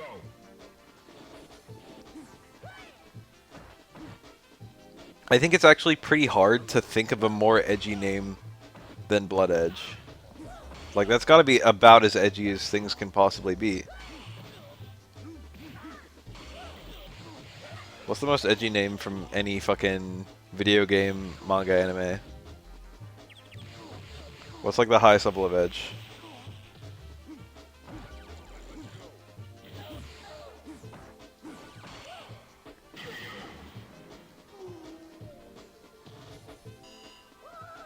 Into the heat of battle. Go for it. Vincent Valentine. I don't know. It is kind of in a weird way. I wouldn't immediately say so.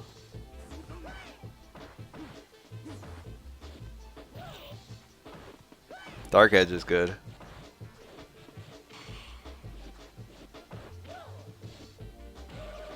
Just Edge by itself.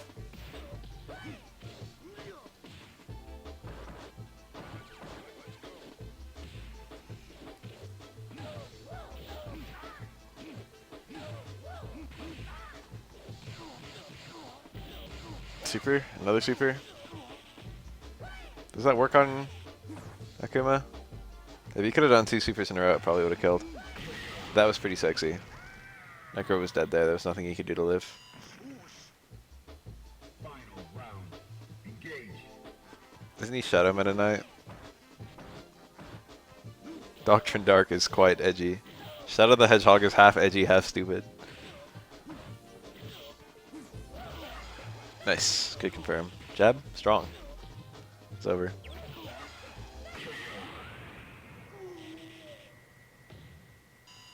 You win. I don't want to show favoritism to the fighting game edgy names, but Ragnar the Blood Edge and Doctrine Dark are just very edgy.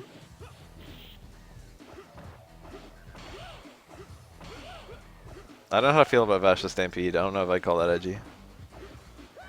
KKZ is like the only checkmate move in the game, yes. And if you're on the ground, you can often just get out of the way. It depends on what character you play. Yes, Final Bosses and RPGs count. Just a name from an RPG. A name from anything.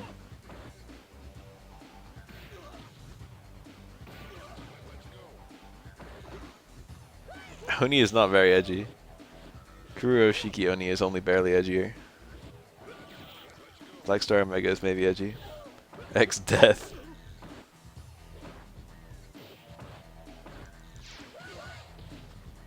People still debate to this day what the fuck X Death is supposed to mean. It's such a strange name, it's very Japanese.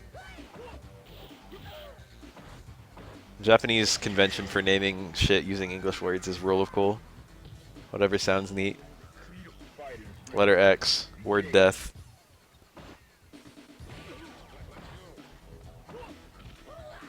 Things related to X Death, like the later translations, I think, alternate translations of the game, plus like references in FF12, and I think some of the spin-offs seem to indicate that Exodus might be what they were going for.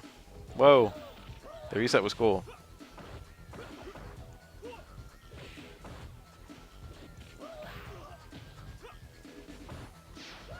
Dark Soul is good. I feel like Dark Soul, like Soul like the Sun, is actually even better than Dark Soul like SOUL.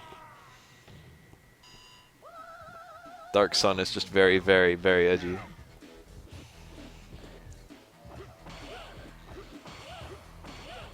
Is that some butt hash?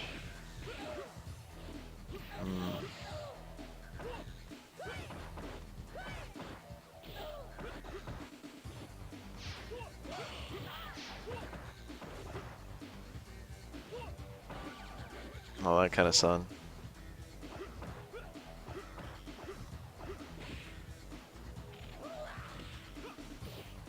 I feel like the Joker is one of the edgiest characters in all media on the subject of Red Hood.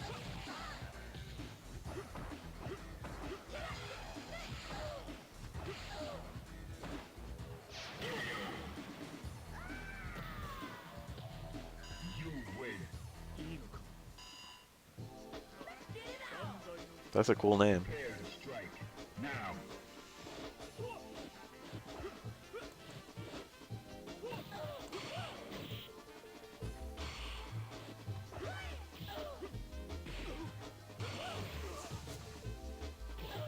Yeah, I changed my name on Challenge to something really edgy this week.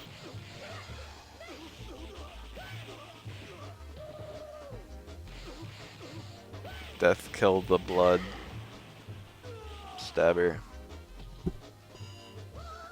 Prepare to strike. Now.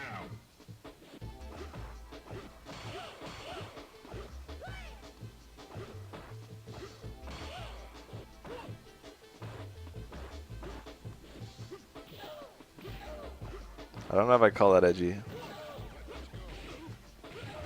Ooh, that confirmed.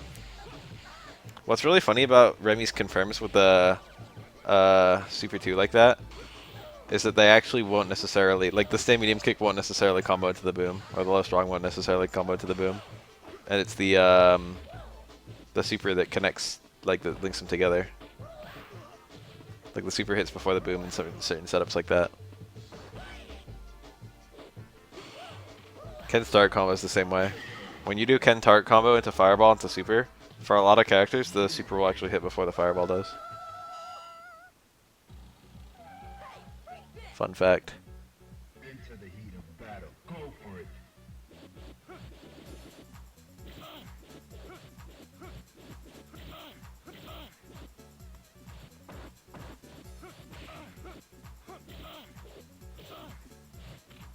Oh, the back throw.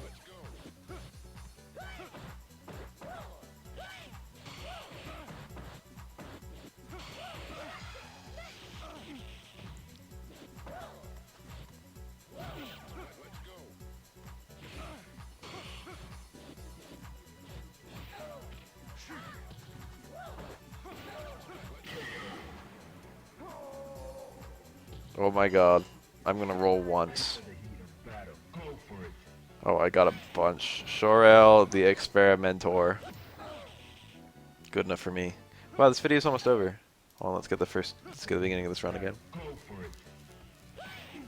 Black Shrek.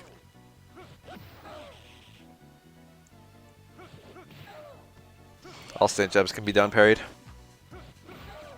I didn't learn that for a long fucking time. Knives millions. Is that Trigun?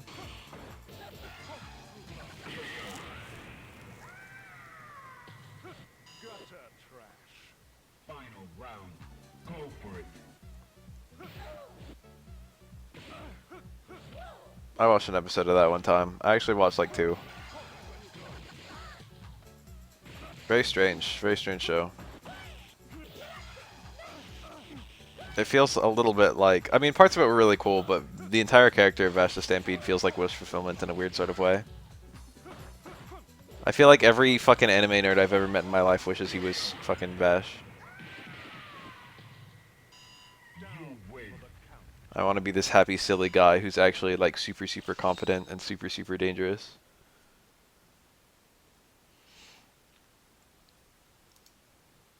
Oh whoa, what's this?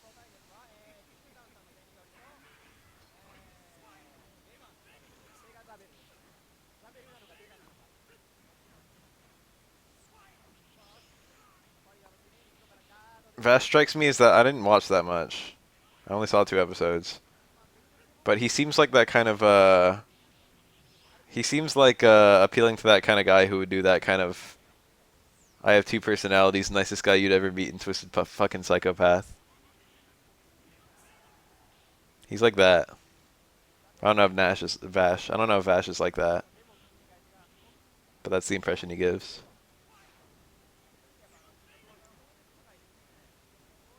Yeah, like those.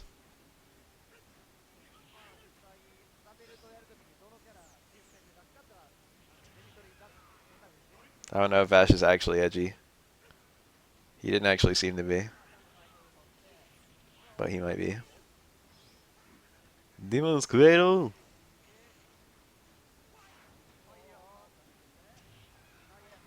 You guys know that Vampire Savior is the peak of all footsies and that no other game has ever come close.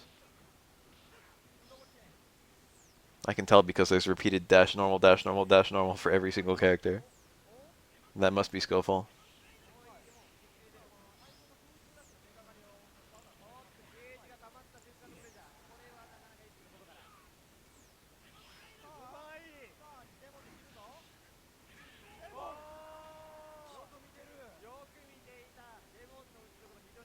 This game actually does end up being pretty pure, since it is basically movement plus normals for a lot of characters.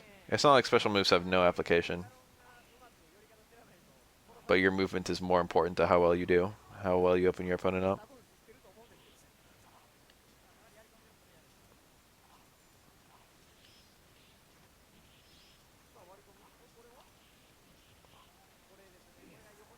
Every single character has some stupid ass 50-50 off of like lows versus instant overheads.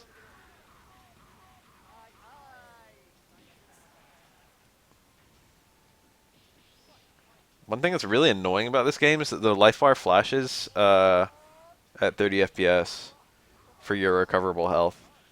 And since a lot of the recordings of this game are 30 FPS, either the life bar, the recoverable health is always visible or it's never visible. Right now we've got never visible.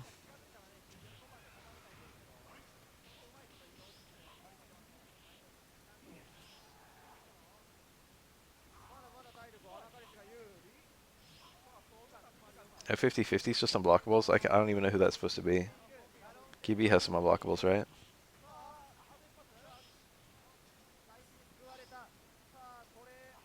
Maybe Rikuo too. I don't remember if Riku has. I don't remember how EX bubble works. Shenko. Oh. He went for the EX DP ender.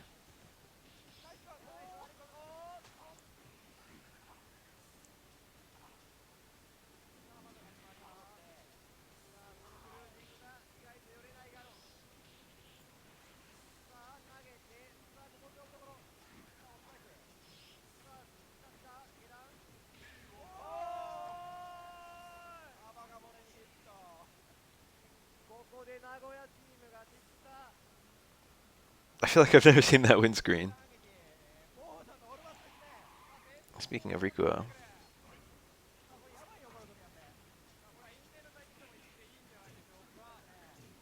Victor's wacky.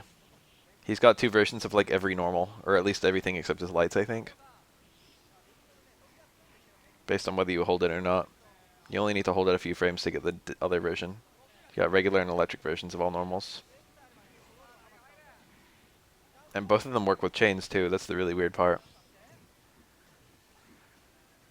They have different amounts of pushback, different amounts of damage, I think. Marginally different combo routes.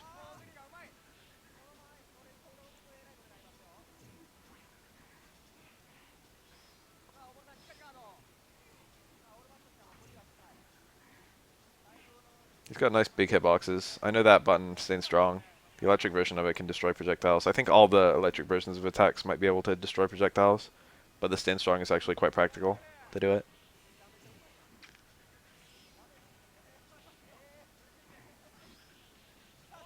Nice. That.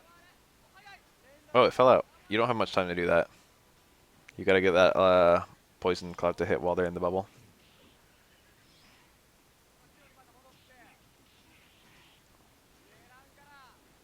There's some chaining electric normals. It's quite a cool idea on Victor. I'd love to see it in a modern game.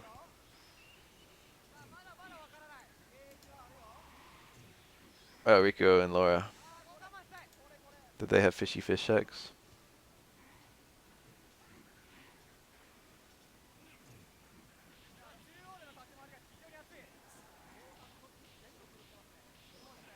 I've been saying that shit for ages.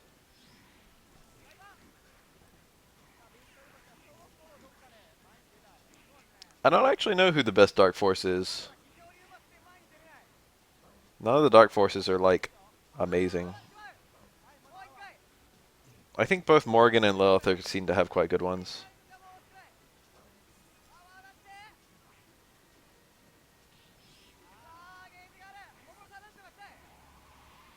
There's a Dark Force.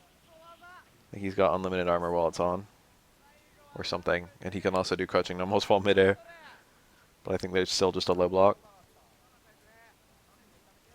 He's just basically got free movement.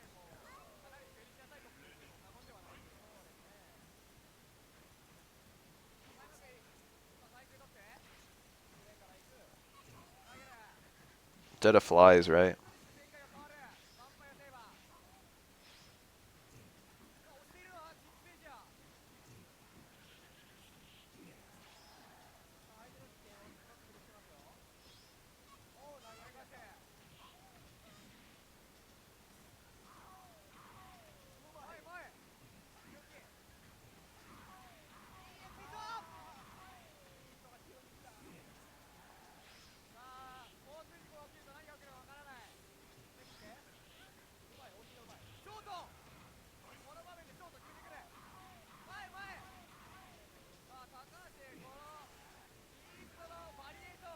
Damn, we're seeing him.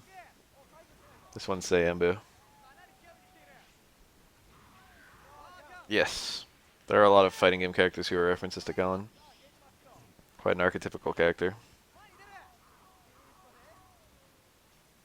I've seen Infiltration stream before, but I don't watch it with any sort of regularity. Didn't even lose the health bar.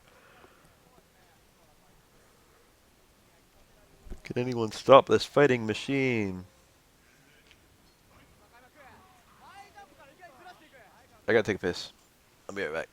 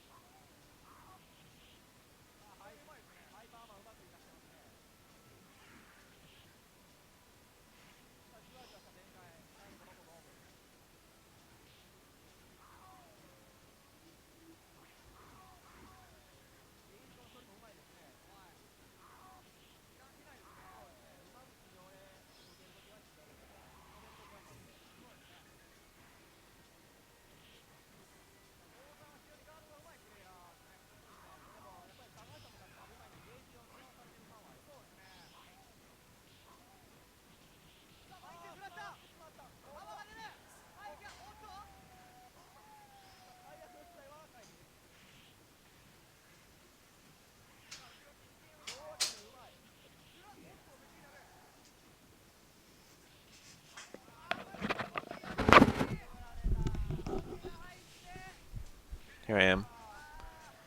I forget the name of that little chase action, but it whiffed.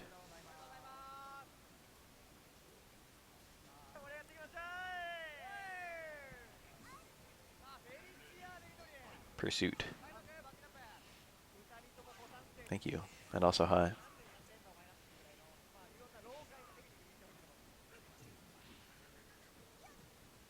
She stood on his head. If Felicia lands on your head, she stays there. She sits on you. They made several attacks that make Felicia the cutest fighting game character. To be honest, I don't even think she's as cute as Tao. And Tao's just a ripoff. Tao has more opportunity to be cute though, because she's got all this story mode and stuff. So you get to hear Tao say fucking Ragnia and stuff like that. If Felicia had like a story mode, she'd have a lot of opportunity to be cute. Did it again. That's her command grab. In MVC3. I mean, I guess technically it's a command grab in this game too. But it's like the command grab style that every character has. The cat friend. Onegai, tasukete! That was a punish, I think. Ending a Dark Force is always his recovery. Kind of a neat mechanic. Having to do something unsafe before like a timer runs out or you'll automatically do it.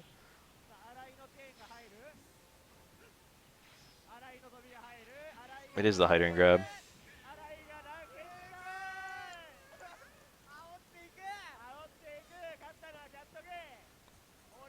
Reminder that Capcom in the MVC3 Marvel stat pages that they did for all the characters, Capcom gave Felicia an intelligence of 1, which is equivalent to impaired.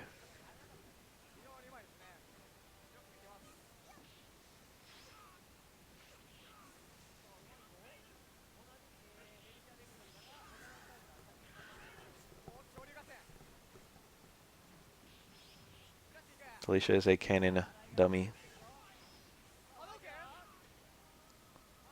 One of the commentators just called the bat throw a Hadoken. All the Marvel ones just use the official Marvel stats, I think. But 3 is like good. 3 is actually somewhat intelligent. 2 is normal. Like Storm was a 2, I think. Because she's just got regular ass fucking human intelligence. Magneto's like a genius, so he was like a 4 or 5 or something.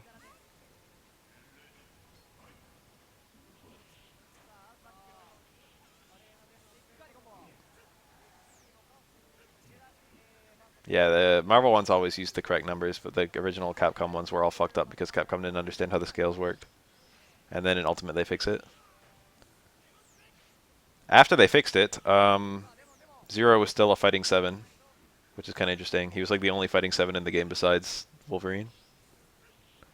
According to Capcom, Zero was the best fighter of all the characters represented, which makes a lot of sense.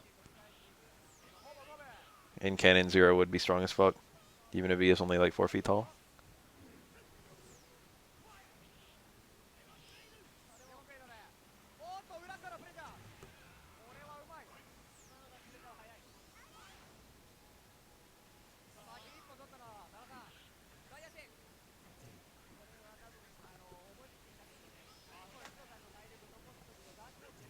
MVC2 my ass. I'm probably just going to play some game.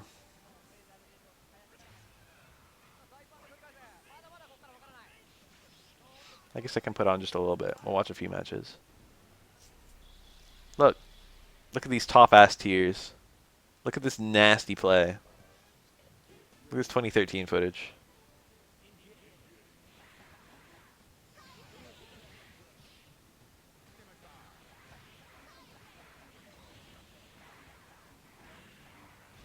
I think Akuma was a 7 and Ryu was a 6 in the updated rankings. 6 is still damn good. Like, I think Cap officially is a 6. And he's one of the strongest fighters in the entire Marvel Universe. Like, who's higher? How many 7s really are there? There's Wolverine, there's Taskmaster, that's like it. They're like the only 2 7s in like the entire fucking thing. Like, not just in the game, in the whole Marvel Universe. Even like gods aren't fighting 7.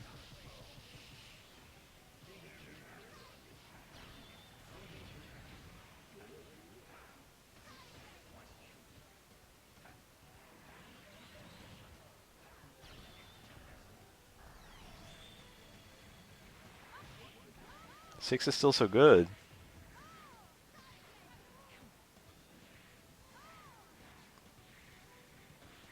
Like, I think Iron Fist is a 6. I don't remember if Iron Fist is a 6 or a 7. Someone look that shit up.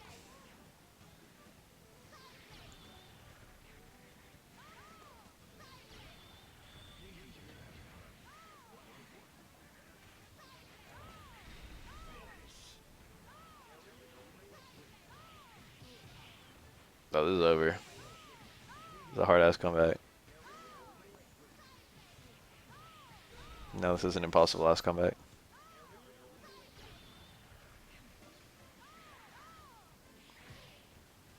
Storm can build meter for free. She's like the best battery almost in the game. Okay, you killed an assist.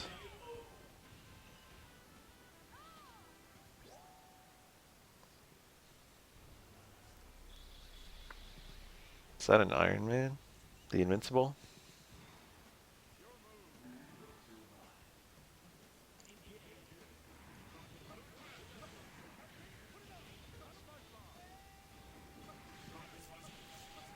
Oh, oh, oh, oh, oh, Oh. Oh.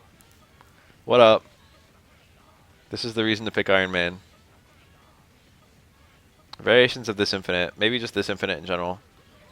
Work on all characters. The assists are purely done to build meter, I think. They don't even hit. And then you have an incoming unblockable. He missed it. But the incoming unblockable kills... or an infinite on one character can lead to killing 3 characters. Iron Man is like secret top, and by secret top I mean it's not a secret. But he's like, if execution wasn't a factor... I don't know, his neutral isn't as good as like Storm or Magneto. He's probably like 5th best in the game. I don't know, it's hard to say. That's an incoming unblockable, I think. They played a bit. They're not that bad at it. They're not as good as the US was in their heyday, but they're like good. And unlike US, there are still people who play this. Oh, dead Capcom. If you get a double snap in this game, or even if you just snap the point character, there are no defensive mechanics in play for assist characters. So there's a lot of like infinites on assist characters.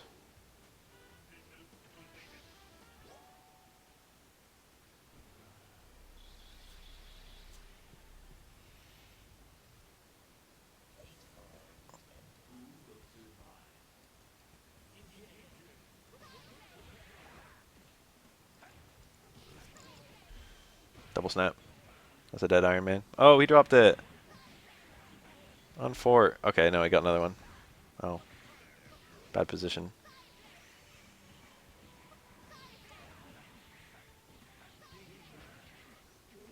Damn, this should be a dead Iron Man 3 times over. He's had so many opportunities to kill him.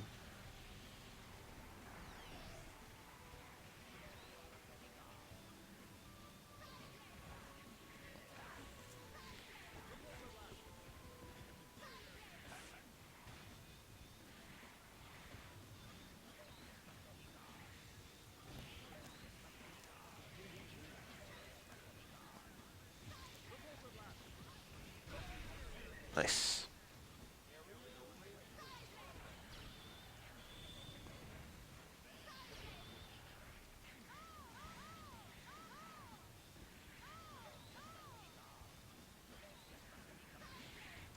I feel like a Smash game will always be at Evo.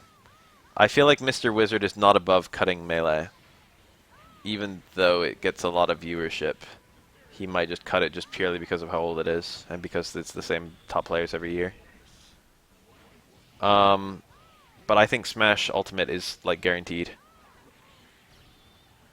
And I think Smash 4 will get kaboomed. Those two I'm like sure of.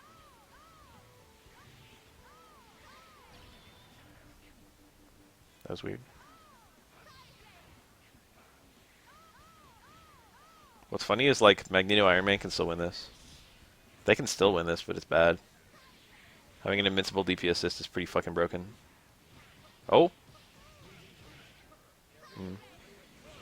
There was no way to convert that back to the ground, I don't think, because he was in flight.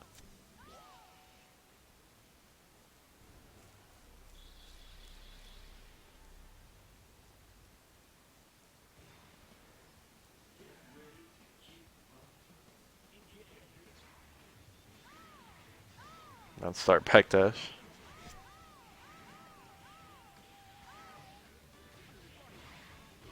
Keen's place. Melee does have a lot of things that make it hard to TO. You get shit like, the main problem is just that it requires a unique monitor, I feel. It's like a pretty slow game as well. It takes a while to play out.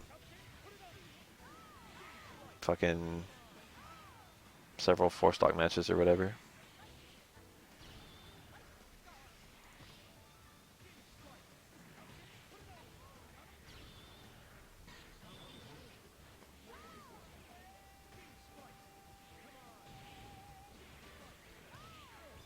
And then you get shit like people arguing over ports. I wouldn't say that happens often, but it happens. Everyone vilifies melee players so much.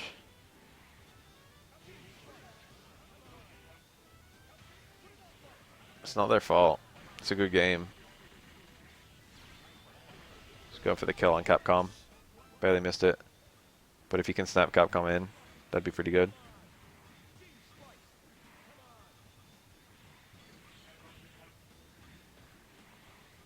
All Smash games are slow. Nature of the Beast. There's a lot of neutral.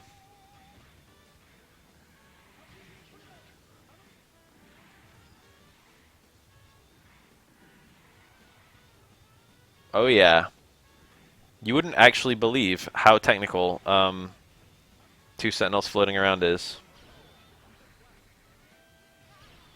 Oh, was that really a punish? Cyclops is okay against Sentinel, I think. Don't quote me.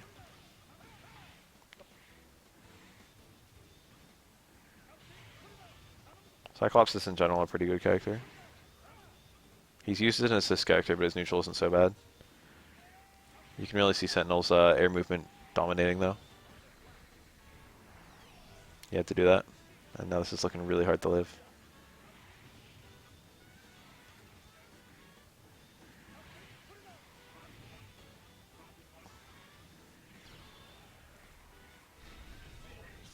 Now this is completely and totally over. I wouldn't even block. There's nothing I can beat on here. He doesn't even have enough time.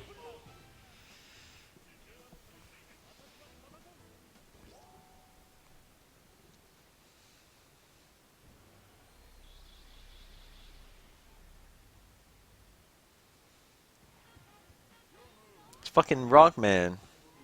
Oh my, that's such a hero team. Mega Man, Guile, Tron. That fireball's his hard punch. If you hold hard punch, he charges it.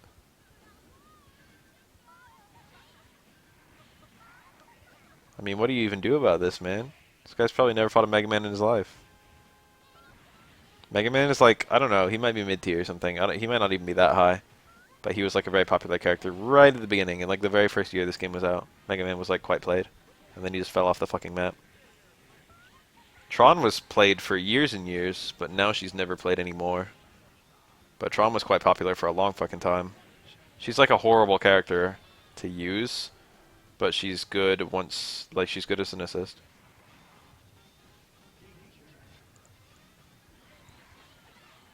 So that. I like that Guile flash kick assist.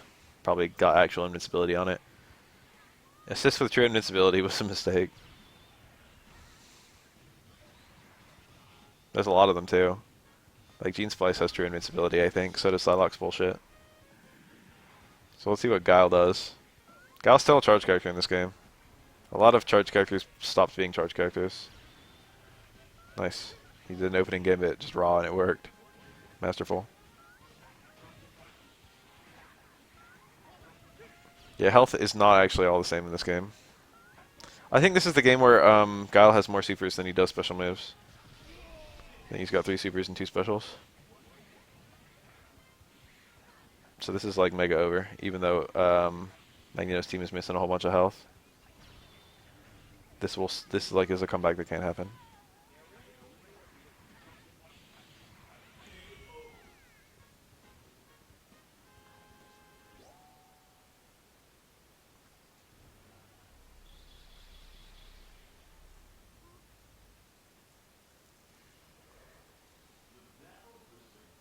What is this stage? It's hurting my eyes.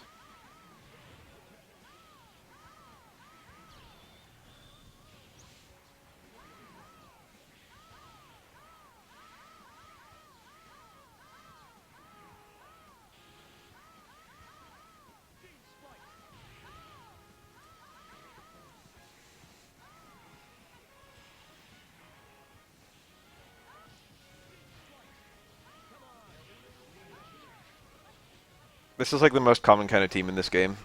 2 top tiers plus dedicated assist. These teams usually perform a little bit better than 3 top tiers.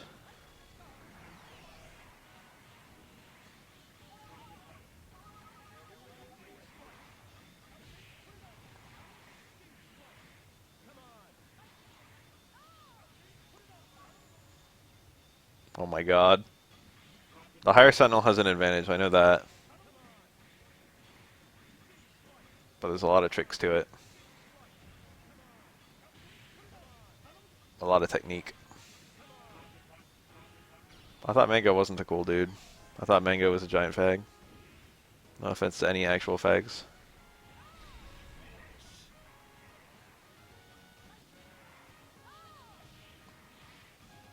It seems like there's good personality between all the, it seems like there's real beef between all of them at this point, you know what I mean? You got good variety in how each person, you know, behaves of all the Melee pros. Good variety in personality. You got some faces and some heels.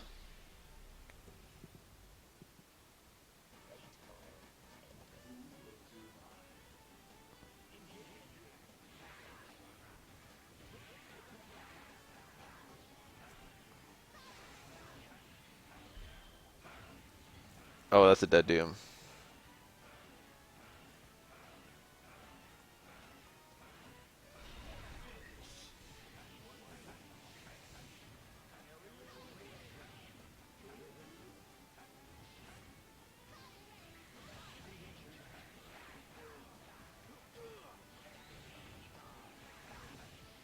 It's Magneto. Magneto's movement is so stupid.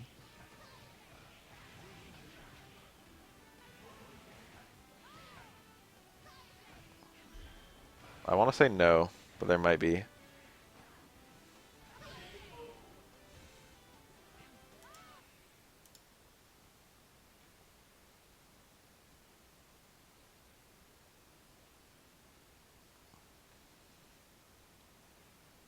Damn, it's Broly Legs saying it. That's what makes it good.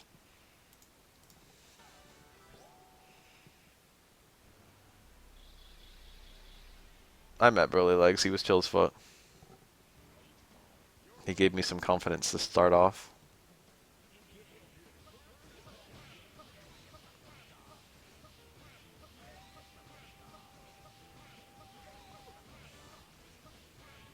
How do you guys feel about this combo? I like it. I think it's a good combo. It'd be cool if you could get it going on the next character, though. Let's see what he gets. No.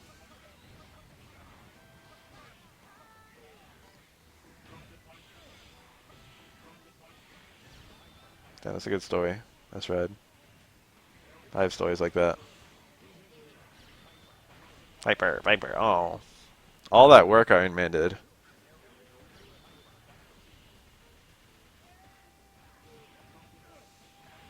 And then Air Hyper Viper. That's what I feel. I actually like I didn't even fuck around with Smash 4. I stole it. I pirated it on my 3DS. But like I think I'm actually gonna get Smash Ultimate. I really think that. It looks fun. I think I'm gonna grab it. I'm gonna pay money for it. I'm gonna wanna own it. I'm gonna play it with my friends. That was such a cool idea. Didn't work though. He's like death to shit. He's done. It was over.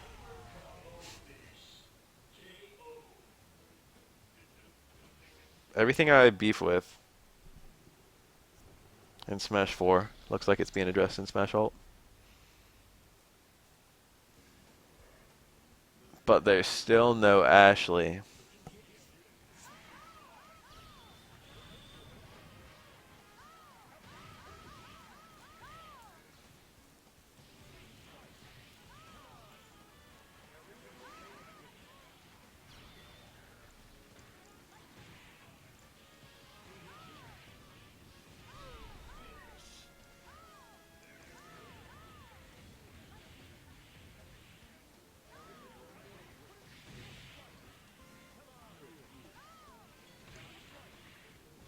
Who's your actual Smash Ult dream character?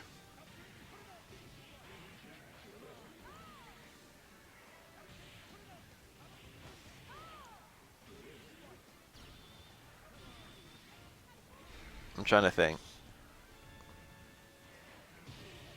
I'm probably that guy who actually would like Gino or Mallow, to be honest. I know they're thrown around as a joke a lot. Or maybe not a joke. I mean, people really would like Gino. At some point or another, Gino would have been a good character to add. But not anymore. Ashley. Add Ashley. Fuck Waddle Dee. What's he even gonna do? I'm down with Dixie. Simon Belmont would be good. Any Castlevania character would be fantastic. Alucard would be good too. Best Belmont is actually Julius, I'll have you guys know.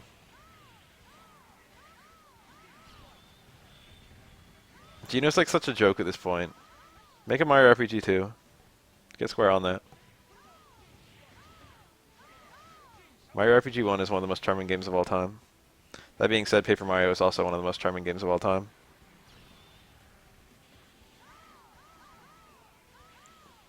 Which is the actual Mario RPG 2. The business scrub, like from Ocarina of Time and Majora's Mask.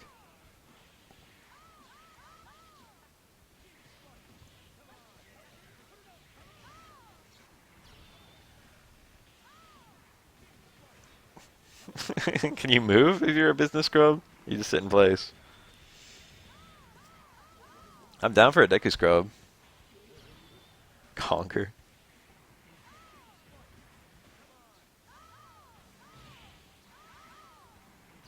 Is that her name? Is that canon? I know her Japanese name is Ida and her English name is Marina. But have they canonized both?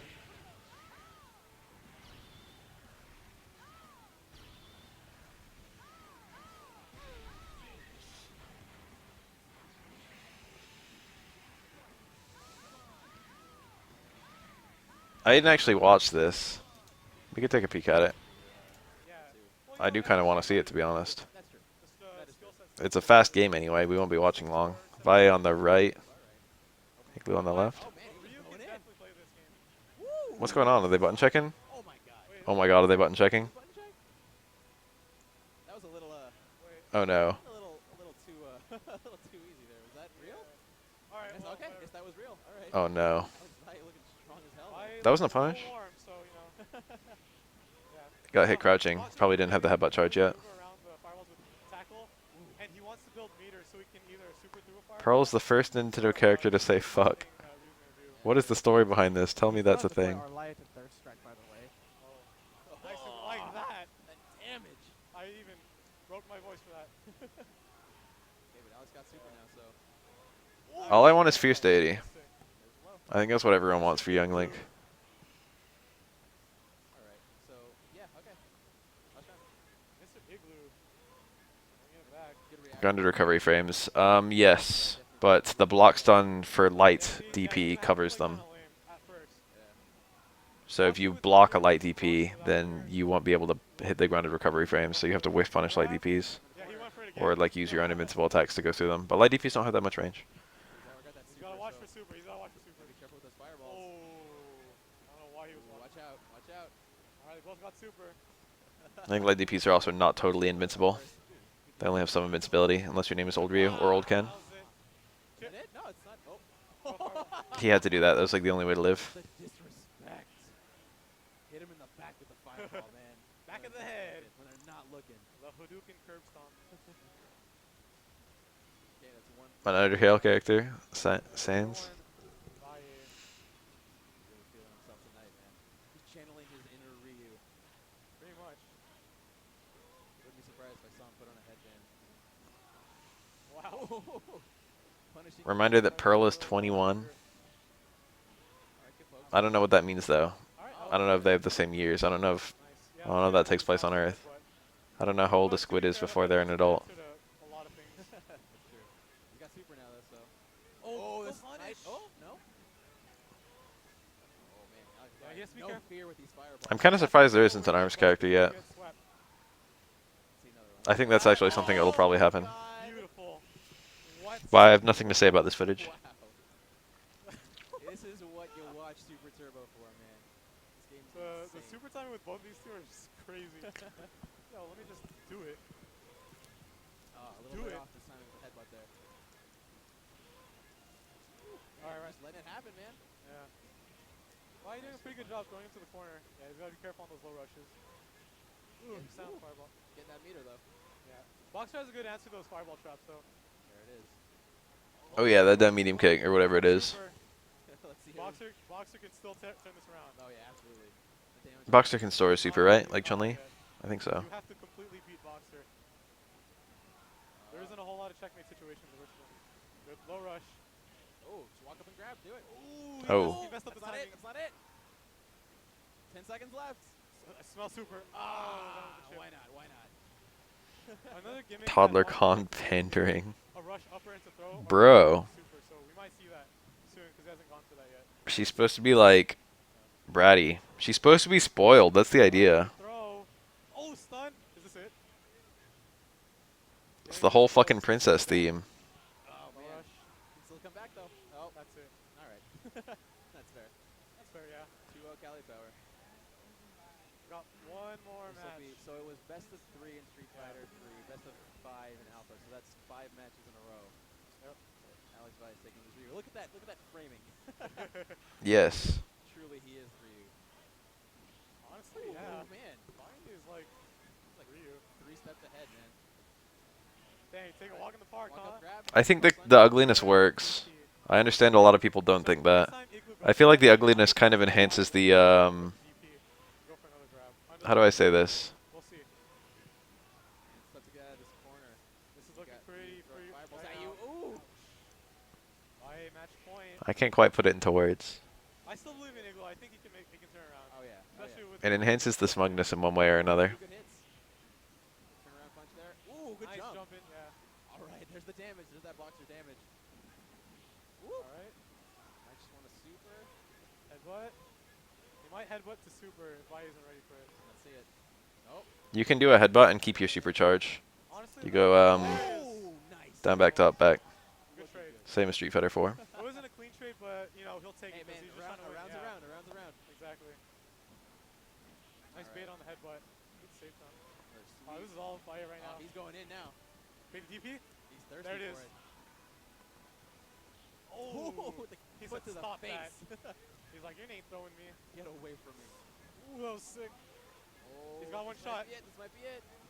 Oh, no punish. Oh, he could have supered right there. Oh, The cross up Tatsu. yeah, those Tatsu cross-ups are sick. Are lethal in this game. man. Bai wins Alright. his next match. That was fast.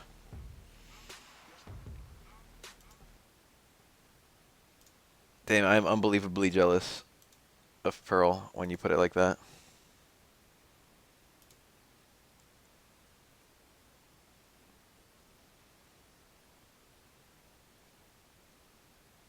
I think the air Tatsu might be randomly unblockable, and I think it's only randomly unblockable on like half the time on old characters.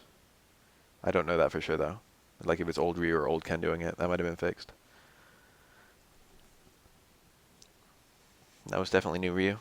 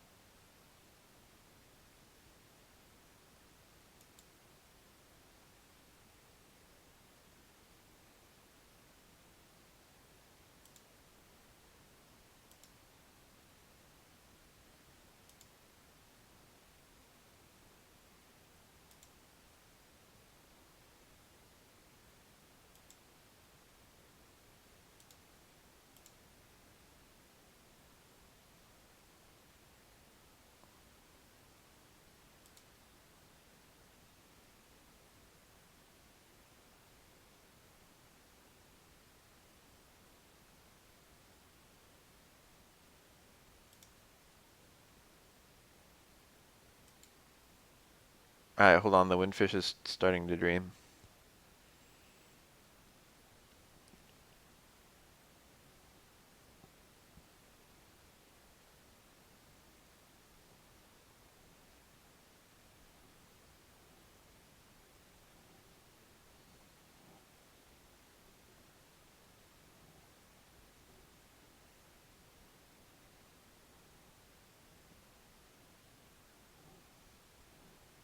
Now would be a good time to refill my drink.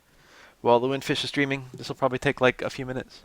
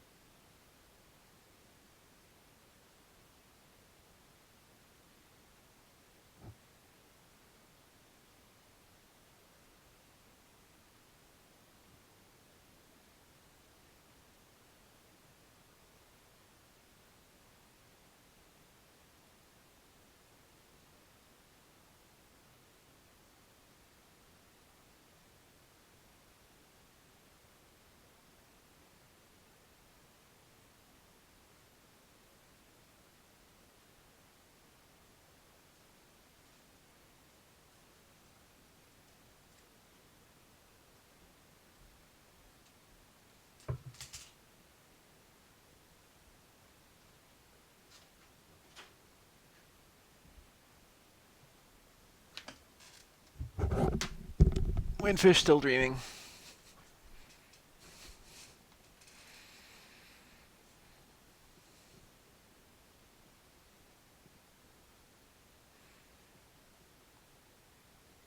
Working on final sanity checks.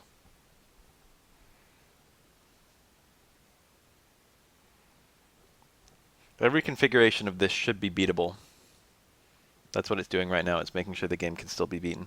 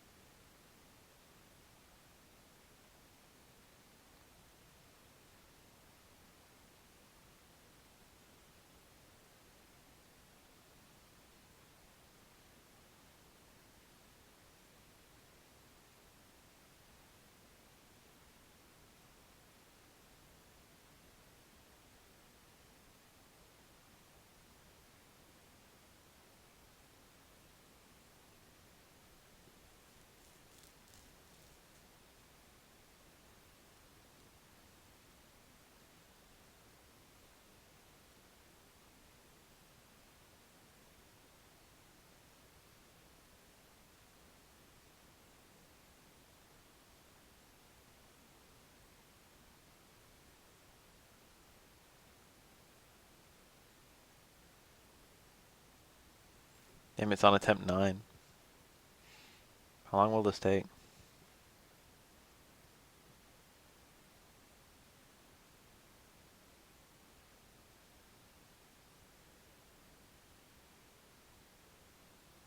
I think it's kind of funny how the intended way of playing Smash is on time in like every single game.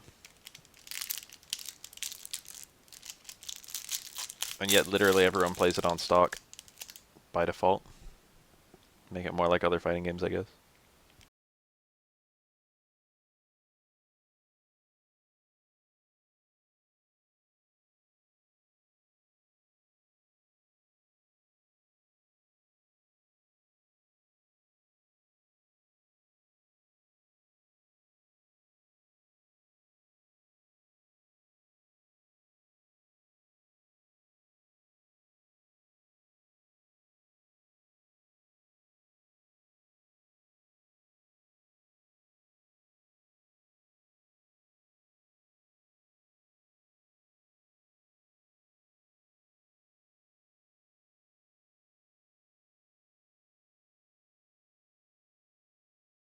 I'm not even just talking about like pro scene either. Even casuals, everyone plays it on stock.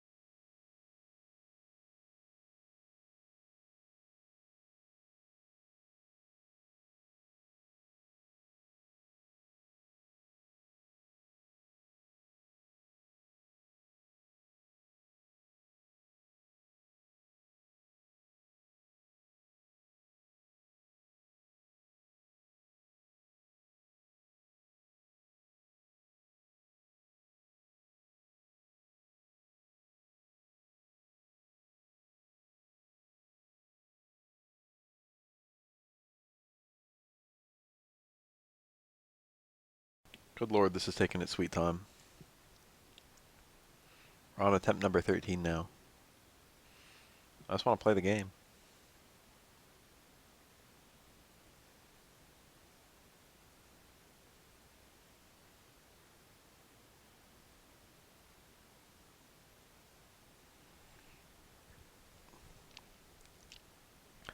Kraid has been more consistently bigger than Samus. I'm the strongest dragon that you've ever seen. You're gonna die, motherfucker. I take up 5 screens. Let me put something on YouTube. Because this shit is boring.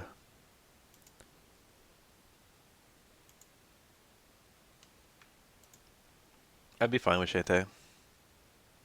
I would say, sure. I would say I would say yup.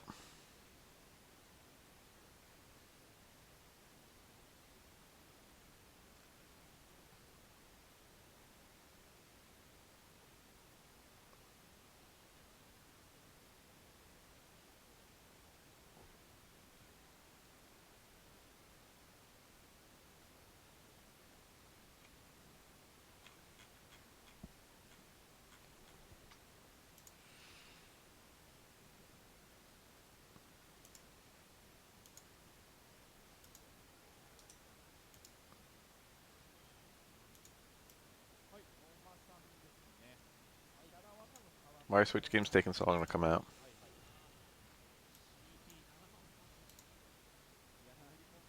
The windfish is still dreaming.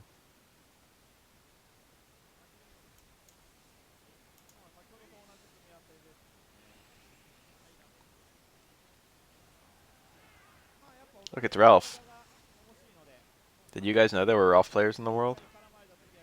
I've been seeing more Ralphs lately. Maybe he was buffed. Oh yeah, look at that.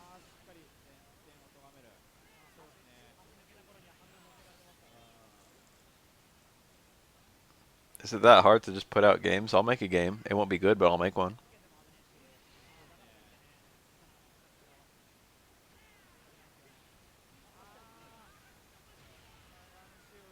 Look at that. How often do you see Ralph push the shit in Benny Mario? I think you're right. I think it is 3S Alex players, actually. I see that. Oh, what about Clark players? Are Clarks the Hugos? Is that how that works?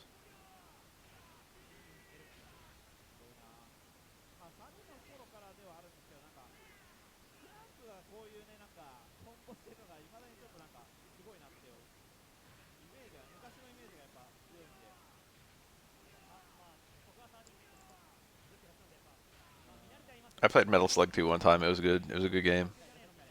It was like a really good game. I can see why everyone else likes it. Good lord. かっけえなあれ。テキーラサンライズ。 I don't know how long this is going to take. Maybe I should just play something else. Maybe I should finish Azure Dreams.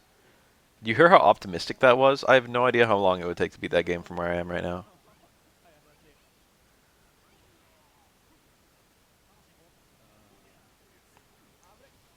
Which is the one with Fio? Fio is my wife. And no one else can have her.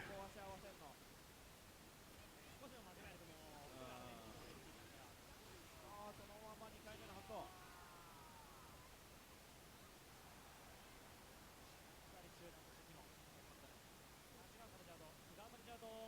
はいはい。ああ、なるほどなるほど。ああ、そうなんですね。ああ、最初遅いな。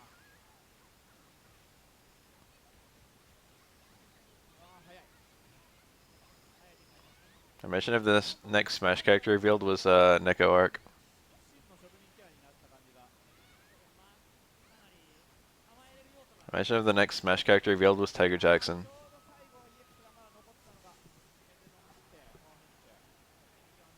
はいはい。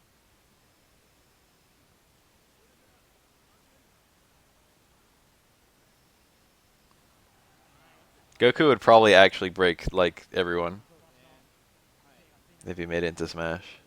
It would have been like memes coming true. に怯えながらだったと思うんだけど。 If you could actually play as fucking Sonic and Goku in Smash. やはり戦いやすくなったね。 Oh, did it finish? Max attempts tried and failed. Oh. さあ、発動していく。 と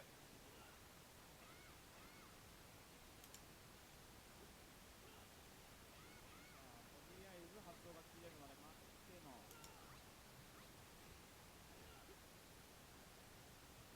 これもまたいい勝負。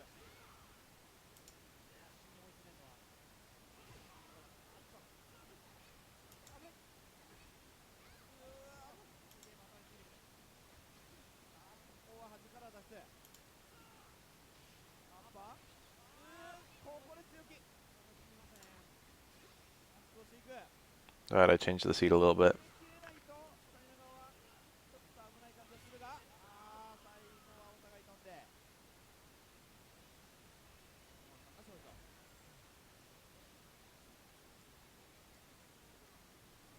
馬場さんが五郎さんはいいですかね。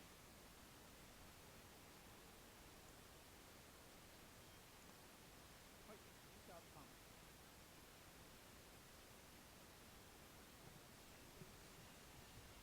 お互いフラートを外しての2番フラート。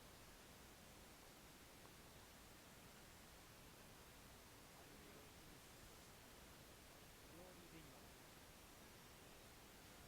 いろいろやっぱりバージョン変わって、はいはい。若干のそうですね。最初よりかは結構2番とか使ってる人も増えましたよね。ああ、確かに確かに。あまりその火力に影響がない2番だったり、結構いろんな順番で見るようになりました。あ、使わず。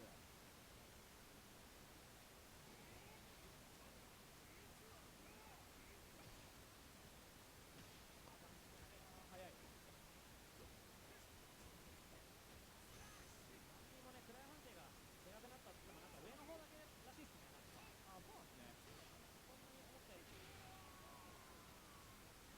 手がしないということだと思います。 I want to remind everyone right now that Palatine is a canon pedophile. Well, I don't know if I'd call her a pedophile, but I wouldn't call her normal. I played Kid Icarus, the old one.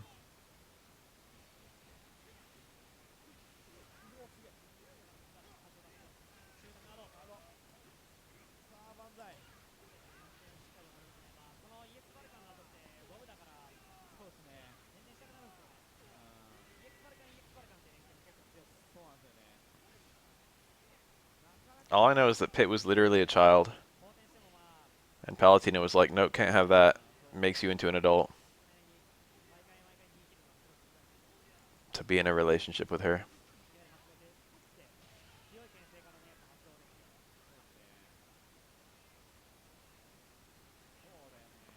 She didn't even wait, that's the worst part.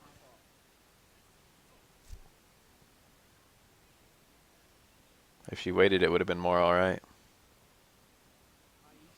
おーすげえ一瞬ガードしてバックしてからなのかな。まあリターンはないんだけどなかなか難しいよね。難しいですね。ああこれ相当いいディフェンスがおおすごいぶつかり合い触ってしまったか。あ I can't believe how dangerous Clark's command grab is. You had to spend a shit ton of drive, and it had to be an EX command grab ーってだけでね in order to get big damage out of command grabs in 13. だからねやっぱフライがつ Well, not a shit ton of drive. You did have to spend drive though, and drive was something you didn't want to spend. これがね But only EX command grab would combo into a super, and that's at least 2 bars. 3 if it was an EX super, plus a drive meter. In this game, it's like, oh, you want to combo a command grab into a super? Here you go. Just do it. No price. Well, just the price of the super.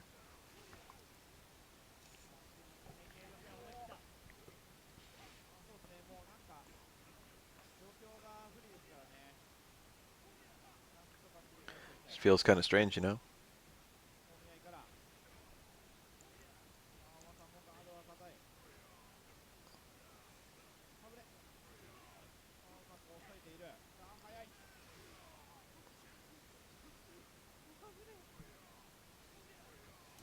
あーガード少し安定かなはいはいはいだいぶ速くなりましたがここはいやうまい Of all the characters to be in every fighting game, Geese is like... しっかり読みましたね Geese is not the one I would have thought. 結構重さもねずっと打撃 Know what I mean? けど最後なんかかなり投げをはいグッと伸ばしてちゃんとブロックしっかり止めます I like Geese a lot. あ He's got good everything. ーこれ Got a good gameplay style, got a good aesthetic. さあ直でクライマックスこれはさすがに決まるでしょうあれがあるからちょっとねう Burb. The Toucan is here now. はいここでゴロさん Alright, please hold. 大金持ち No one go anywhere. I'm about to give this thing the business.